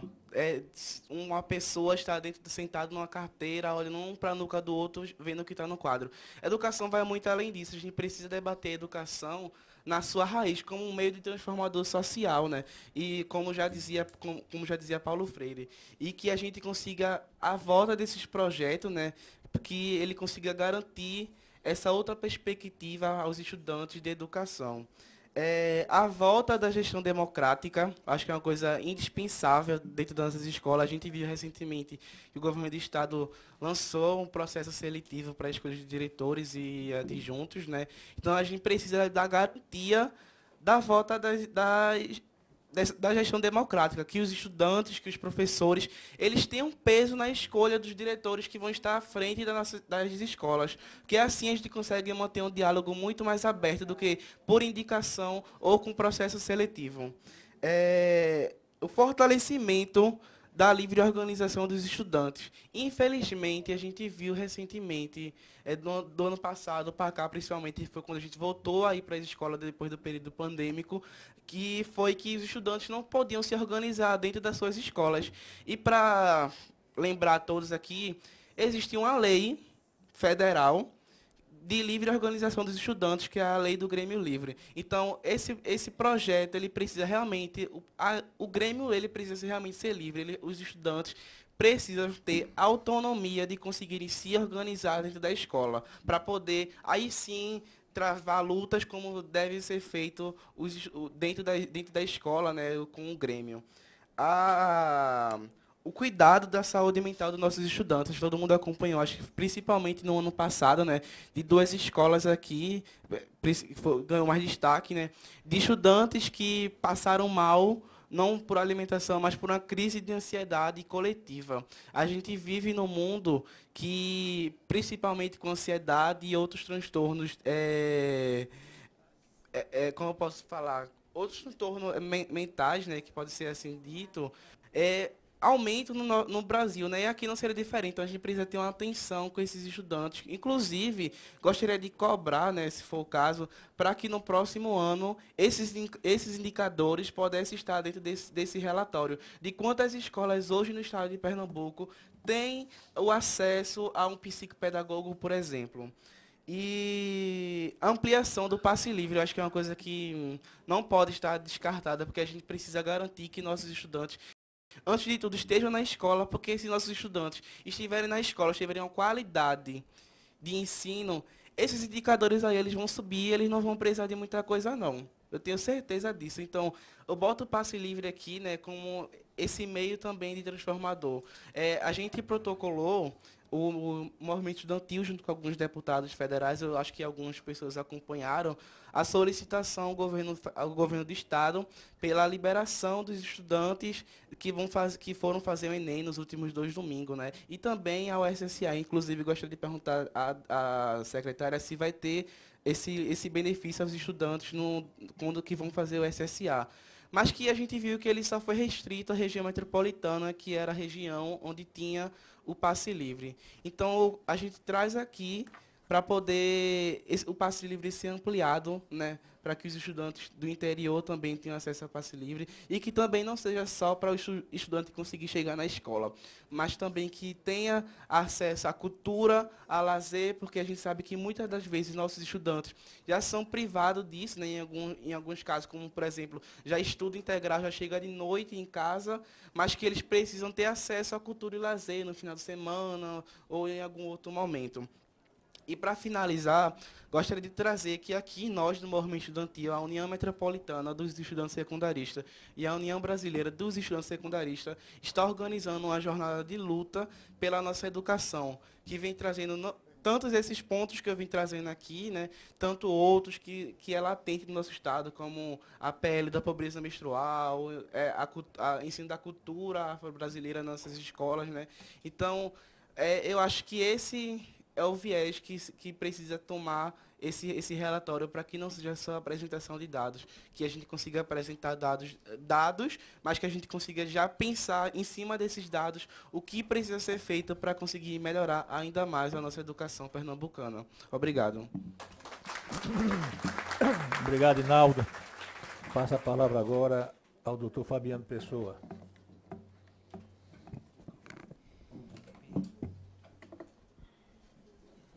Bom dia a todos e todas aqui presentes. Agradeço o convite da comissão, né, nos termos da legislação aqui, e acho que ter a oportunidade de falar por último nos ajuda, porque muita coisa foi dita e a gente pode ser mais conciso e ganhar, né, espaço no tempo também. Eu estava aqui dando uma olhada na apresentação, né, da secretária. Saúdo a todos na pessoa do presidente da mesa, Valdemar Borges, e da secretária Ivaneide. E, com isso, a gente tem aqui a oportunidade de debater um tema tão importante.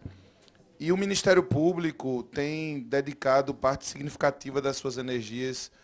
Hoje, eu sou o coordenador do Centro de Apoio e Defesa da Cidadania, a coordenadora do Centro de Apoio e Defesa da Educação está em Caruaru, junto com o Procurador-Geral, numa oficina de planejamento estratégico para a área de educação.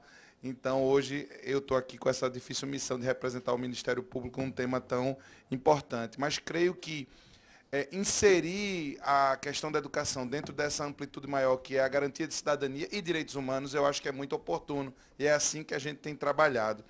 Os tópicos e temas destacados aqui, Inaldo aqui, como presidente, representante da UBS, é isso, Inaldo? Trouxe questões muito relevantes e que precisam ser destacadas e que a gente vem acompanhando.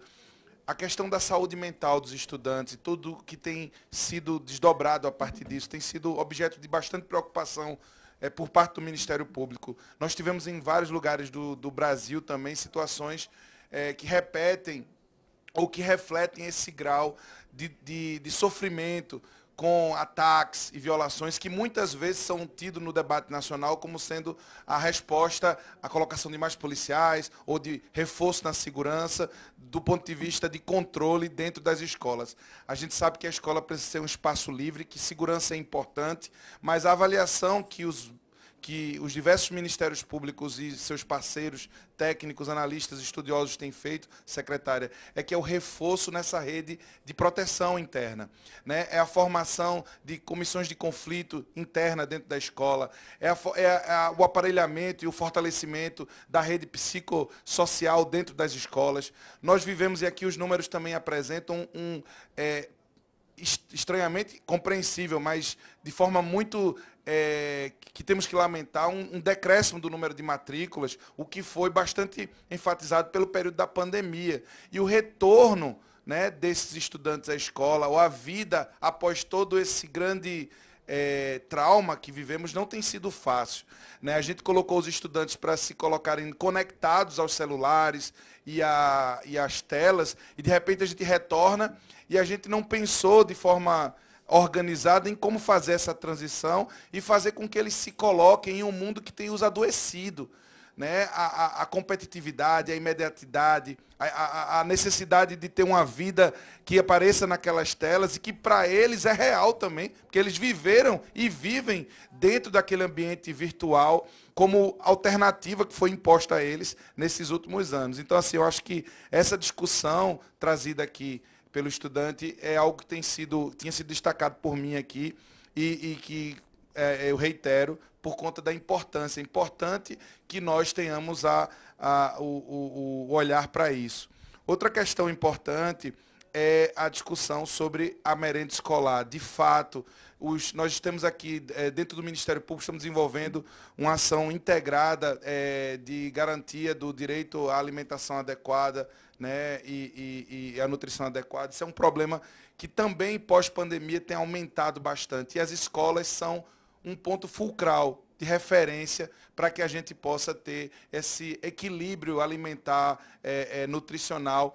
E também que, naquele processo de integração da escola com as redes locais, né, com os produtores locais, com os produtores rurais, com a agricultura familiar, e com isso trazendo para dentro da escola um debate importante sobre qualidade de alimentação, né? Às vezes a gente tem números distorcidos, inclusive, sobre alimentar, né, comer e a qualidade desses alimentos e a saúde e coisas desse tipo.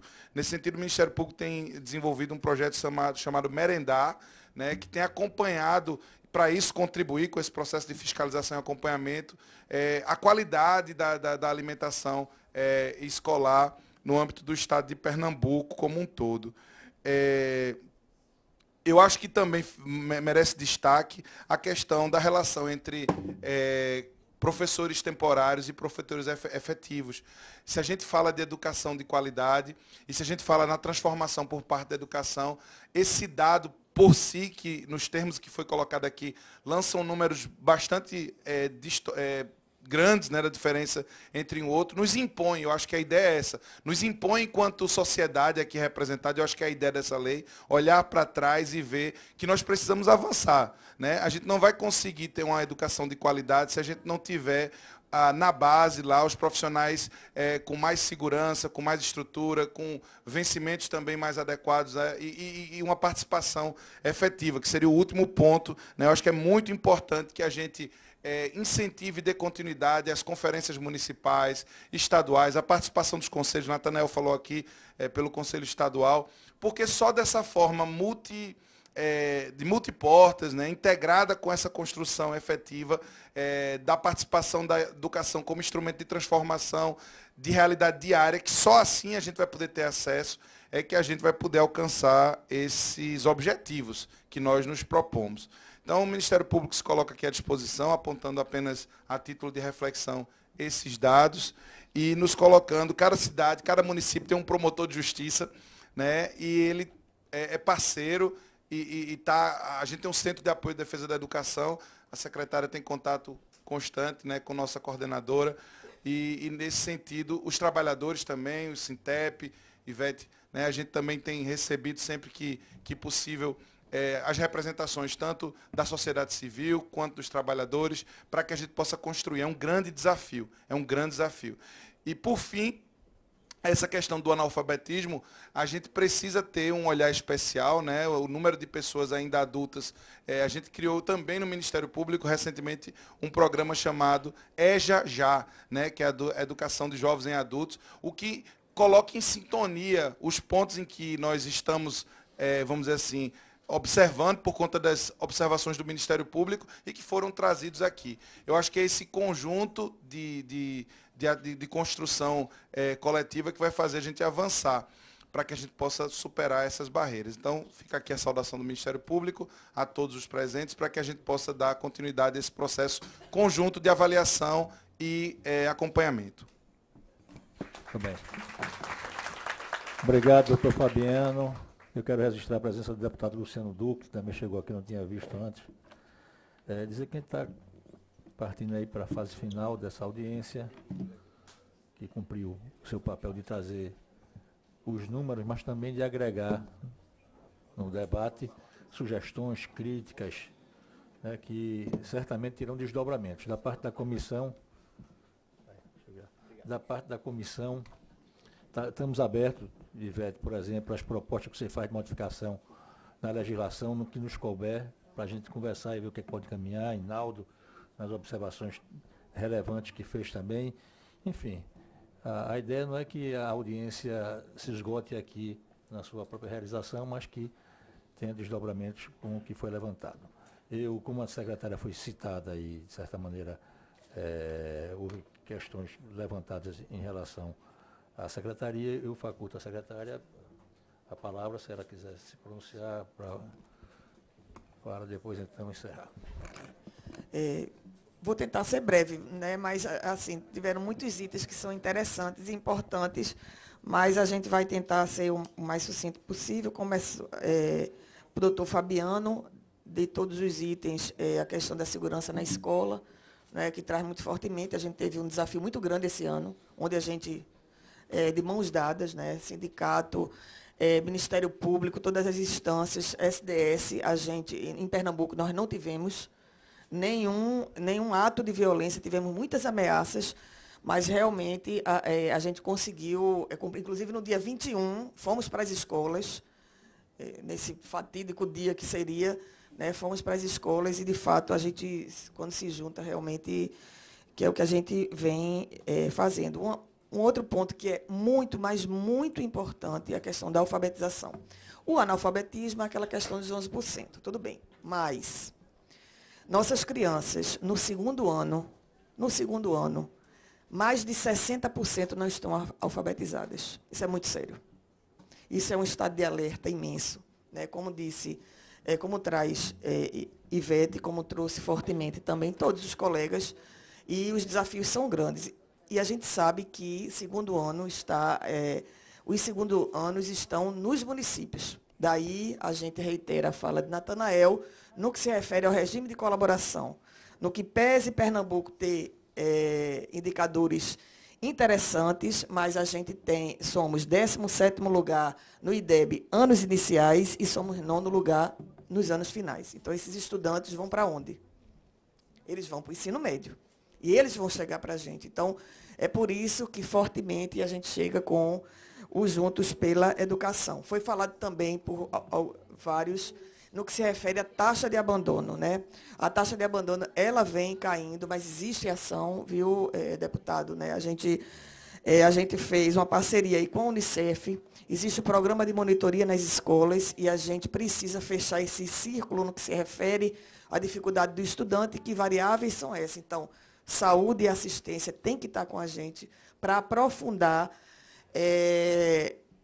por que é que o estudante não evadiu e por que ele não volta, e se volta em que condição e como é que a gente vai acompanhar. Então, o Unicef ele tem toda uma sistemática, né, desse acompanhamento. A gente tem a questão dos temporários e efetivos, vimos muito fortemente, como o próprio deputado falou, a questão do concurso que teve anteriormente, homologado nesse ano, já tivemos a primeira chamada, né, a gente já está encaminhando um novo número para a gente até primeira quinzena de dezembro, porque o que é que a gente faz? A gente sempre, isso a gente tem colocado em mesa de negociação, porque nós temos mesa de negociação geral, né, só para explicar como é o formato, que acontece que a gente pode falar de grandes números, né, Ivete? Se você, tipo assim, o aumento salarial, né, questões de monta, de muito impacto, porque ali está a fazenda, está planejamento e a gente encaminha. Os outros itens que são muito importantes, mas são itens que a gente tem uma certa governabilidade, como, por exemplo, questão do mestrado e doutorado, que nas mesas de negociação a gente já está construindo saídas, e tantos outros, né? Esse é o formato que temos. E aí, o que é que acontece? A gente não quer, por exemplo, deixar o estudante no meio do semestre sem aquele professor. Então, a gente estabelece alguns prazos do tipo, olha, vamos começar a convocação para no começo do ano letivo, uns dias antes, porque tem a formação, esse professor chega. É tempo que o outro, né, já vai se despedindo do estudante. E, então, a gente vai até dia 15 de dezembro, né, cadê Gilson? Está por aqui. A gente deve estar encaminhando isso para a SAD, né, existe um fluxo. Tem que ter a avaliação lá de planejamento e fazenda para a gente poder, então, fazer, e também a organização, porque o número, geralmente, da educação, saúde, são números grandes e tem uma estrutura para essa questão. No que se refere ao Investe Escola, né? O Investe Escola foi liberado, vocês viram o valor, a gente vai liberar esse ano ainda, só que a gente vai estar focando os valores para o início do ano letivo. Então, são vários itens que tem lá, né? No que se refere à poda, né, a pintura da escola, a limpeza, a fossa, são vários itens que a gente está direcionando, né, nesse primeiro momento, obviamente, para o início do ano letivo. No próximo ano, a gente, então, vai estar liberando da melhor forma. Mas, nesse momento, realmente, é um peso grande o início do ano letivo. No que se refere à valorização dos professores, né, aos aumentos que foram dados no ponto de vista do piso, né, e aquelas pessoas que estavam abaixo do piso, o que é que acontece? O plano de cargo da rede, né, ele realmente está extremamente defasado. Isso foi discutido em mesa de negociação, né, tanto é que já temos uma comissão, uma portaria de comissão, viu, deputado, para a gente reavaliar esse plano. Mas aí a gente teve a publicação e a gente precisa ir atrás, né, da primeira reunião, né, Ivete? De modo que existe um tempo aí até o próximo ano de estudo para a gente poder fazer essa reformulação, considerando o achatamento que ao longo dos anos ocorreram no que se refere a essa matriz. No que se refere às políticas que foram faladas, que não são negociadas, veja, os nossos programas, a gente fez uma grande escuta no estado de Pernambuco com o Vi para Mudar. E a gente percebeu, educação, por exemplo, quem participou, a nossa sala, que não era sala, tinha que ser na quadra, eram mais de 1000 pessoas. Então, a gente fez essa condução, a gente fez a escuta. E pelo que escutamos, né, as coisas que escutamos realmente têm muito a ver com a proposta que a gente tem no que se refere a Juntos pela Educação. A gente sabe que, como a gente viu nos próprios números de educação, a gente não faz de um dia para o outro, né? É lento os resultados, mas as ações têm que ser efetivas e rápidas para que a gente não perca esse caminho. A gente, o professor Horácio traz, e a gente vê em outras redes também, né, assim, municipais, a gente não vê realmente o monitoramento desse plano. Para o ano, a gente já tá vendo o plano do próximo decênio e possivelmente vai ver dados. E aí, por que eu digo isso? Porque não vai dar tempo de fazer os acertos, porque já tem um novo plano. Mas eu acho pertinente, né, fazer essa apresentação, porque geralmente o monitoramento vai ter as sugestões de melhoria. Olha, não avançou isso, então vamos ver como é que é. E aí, como a gente já está em meio a outro plano, possivelmente a gente vai estar colocando isso. Mas acho importante, né, e que tem uma sistemática, né, de estar acompanhando. A questão do que Inaldo trouxe muito fortemente no que se refere a abrir as escolas, e a gente já vem dizendo isso desde muito antes, a gente não conseguiu abrir por uma série de questões administrativas e de tantas coisas que a gente sabe que gastar dinheiro público não é fácil no que se refere à contratação, né, a essas questões. A gente vai, no próximo ano, a gente vai estar abrindo nessa perspectiva, né, de inclusão, não só do estudante, mas também da comunidade do entorno, né, com formação para as mulheres, para as pessoas que estejam necessitadas, né, de uma formação melhorar profissional dentro das escolas. E a gente queria, o nosso objetivo grande é que essa escola seja respeitada pela comunidade e que tenha o pertencimento dessa comunidade para que realmente a gente avance. A gente sabe que tem município que não tem nenhuma praça para o jovem estar. E a gente precisa pensar nisso. A escola é o local onde tem aprendizado, formação cidadã, né, e avanço até para o sucesso. No que se refere à merenda, a gente vem fazendo um grande esforço, né, na rede, mas a gente sabe que a gente precisa fazer uma grande transformação, que é a gente sair do terceirizado, né? A gente quer fazer realmente a escolarização da merenda. A merenda tem que acontecer na escola. A gente está fortalecendo aí a agricultura familiar. Isso não, a gente não consegue de uma hora para outra. Não consegue. Né? Não posso ser leviana de dizer que com o mês faço uma licitação de uma merenda, né, tão grande. Mas no próximo ano a gente já está iniciando licitação para a organização das cozinhas, que também a estrutura não é boa. Está destruída, como a colega falou. A gente já vai iniciar uma licitação para geladeira, freezer, forno para bolo, que a gente viu alguns, a governadora disse, Vaneide, olha, tem que colocar o forno também, porque ela vai vendo o que é melhor e vai também sugerindo, ela acompanha junto com a gente essa política, né, que essa política de educação é muito forte para ela. E a nossa ideia, Reinaldo, realmente é a gente escolarizar para que aconteça na escola, mas que também olhar o que você traz fortemente, o que a gente também já pensou nessa primeira merenda, quando o estudante chega, que por vezes não é nem que não deu tempo, a gente, obviamente você trouxe essa questão, mas também às vezes não tem, né? E aí foi muito bom você ter trazido o Ganha o Mundo. A gente já tem aí quase 10 mil estudantes nessa formação, com quase 400 turmas. Informação, a nossa expectativa, também tivemos problema de contrato, enfim, a gente tem uma expectativa boa que no segundo semestre do próximo ano a gente esteja aí encaminhando os nossos estudantes, são 1.000 estudantes. A gente quer também colocar percentuais que cada município tenha um estudante, independente de você ter, não, tem que ser os melhores, não, tem que ser o melhor daquele município. A gente quer que esses 1.000 estudantes, quando cheguem no exterior, esteja todo Pernambuco representado nesses países. Né? E não só geralmente a região metropolitana leva mais. E aí tem, então, o interior e Granito. Pode ter um menino que queira. Mas vamos encostar, vamos tentar ver, mas a gente quer garantir isso. Obviamente que é uma política pública que a gente vai inovando. A política ela não é estática, né? A gente muda e a gente vai nessa perspectiva. Eu sei que tem muitas coisas, a gente não consegue, mas eu queria falar do Valoriza. Entendendo que o Valoriza já foi conversado em mesa de negociação, né, Ivete? A gente já conversou na reunião anterior no que se refere ao Valoriza.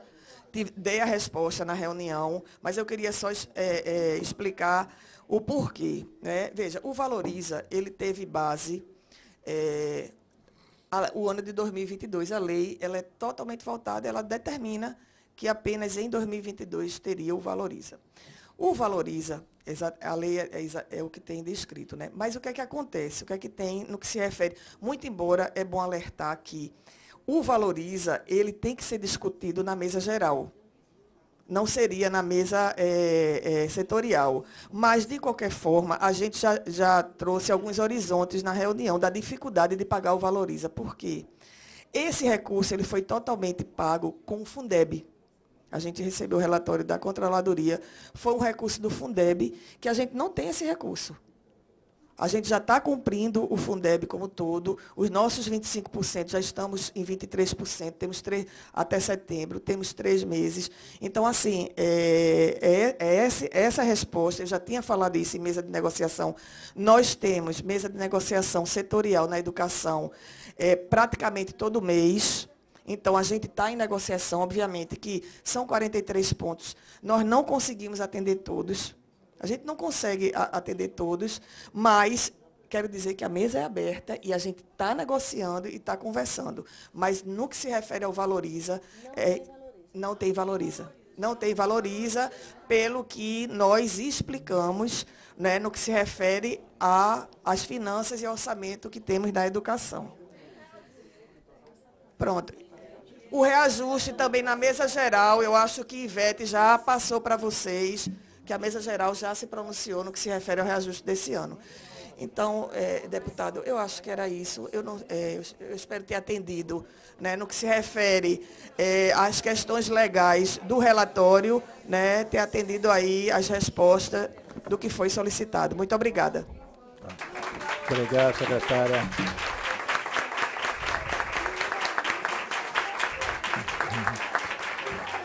Bom, quero dizer que eu acho que a audiência cumpriu o papel dela nessa perspectiva, secretária, de que ela não se esgota nesse evento, ela abre aí uma série de discussões, de debate que devem gerar consequências em prol da superação de problemas levantados e em prol também da absorção de sugestões que foram aqui colocadas.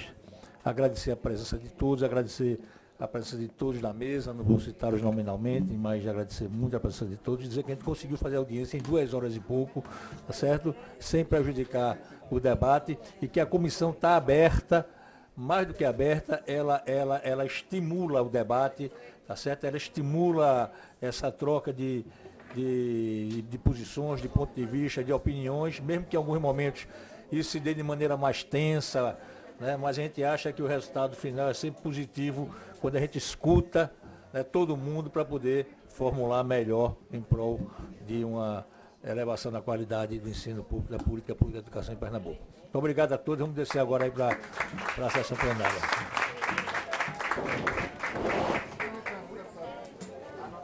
Deixa eu para você, Padrinho.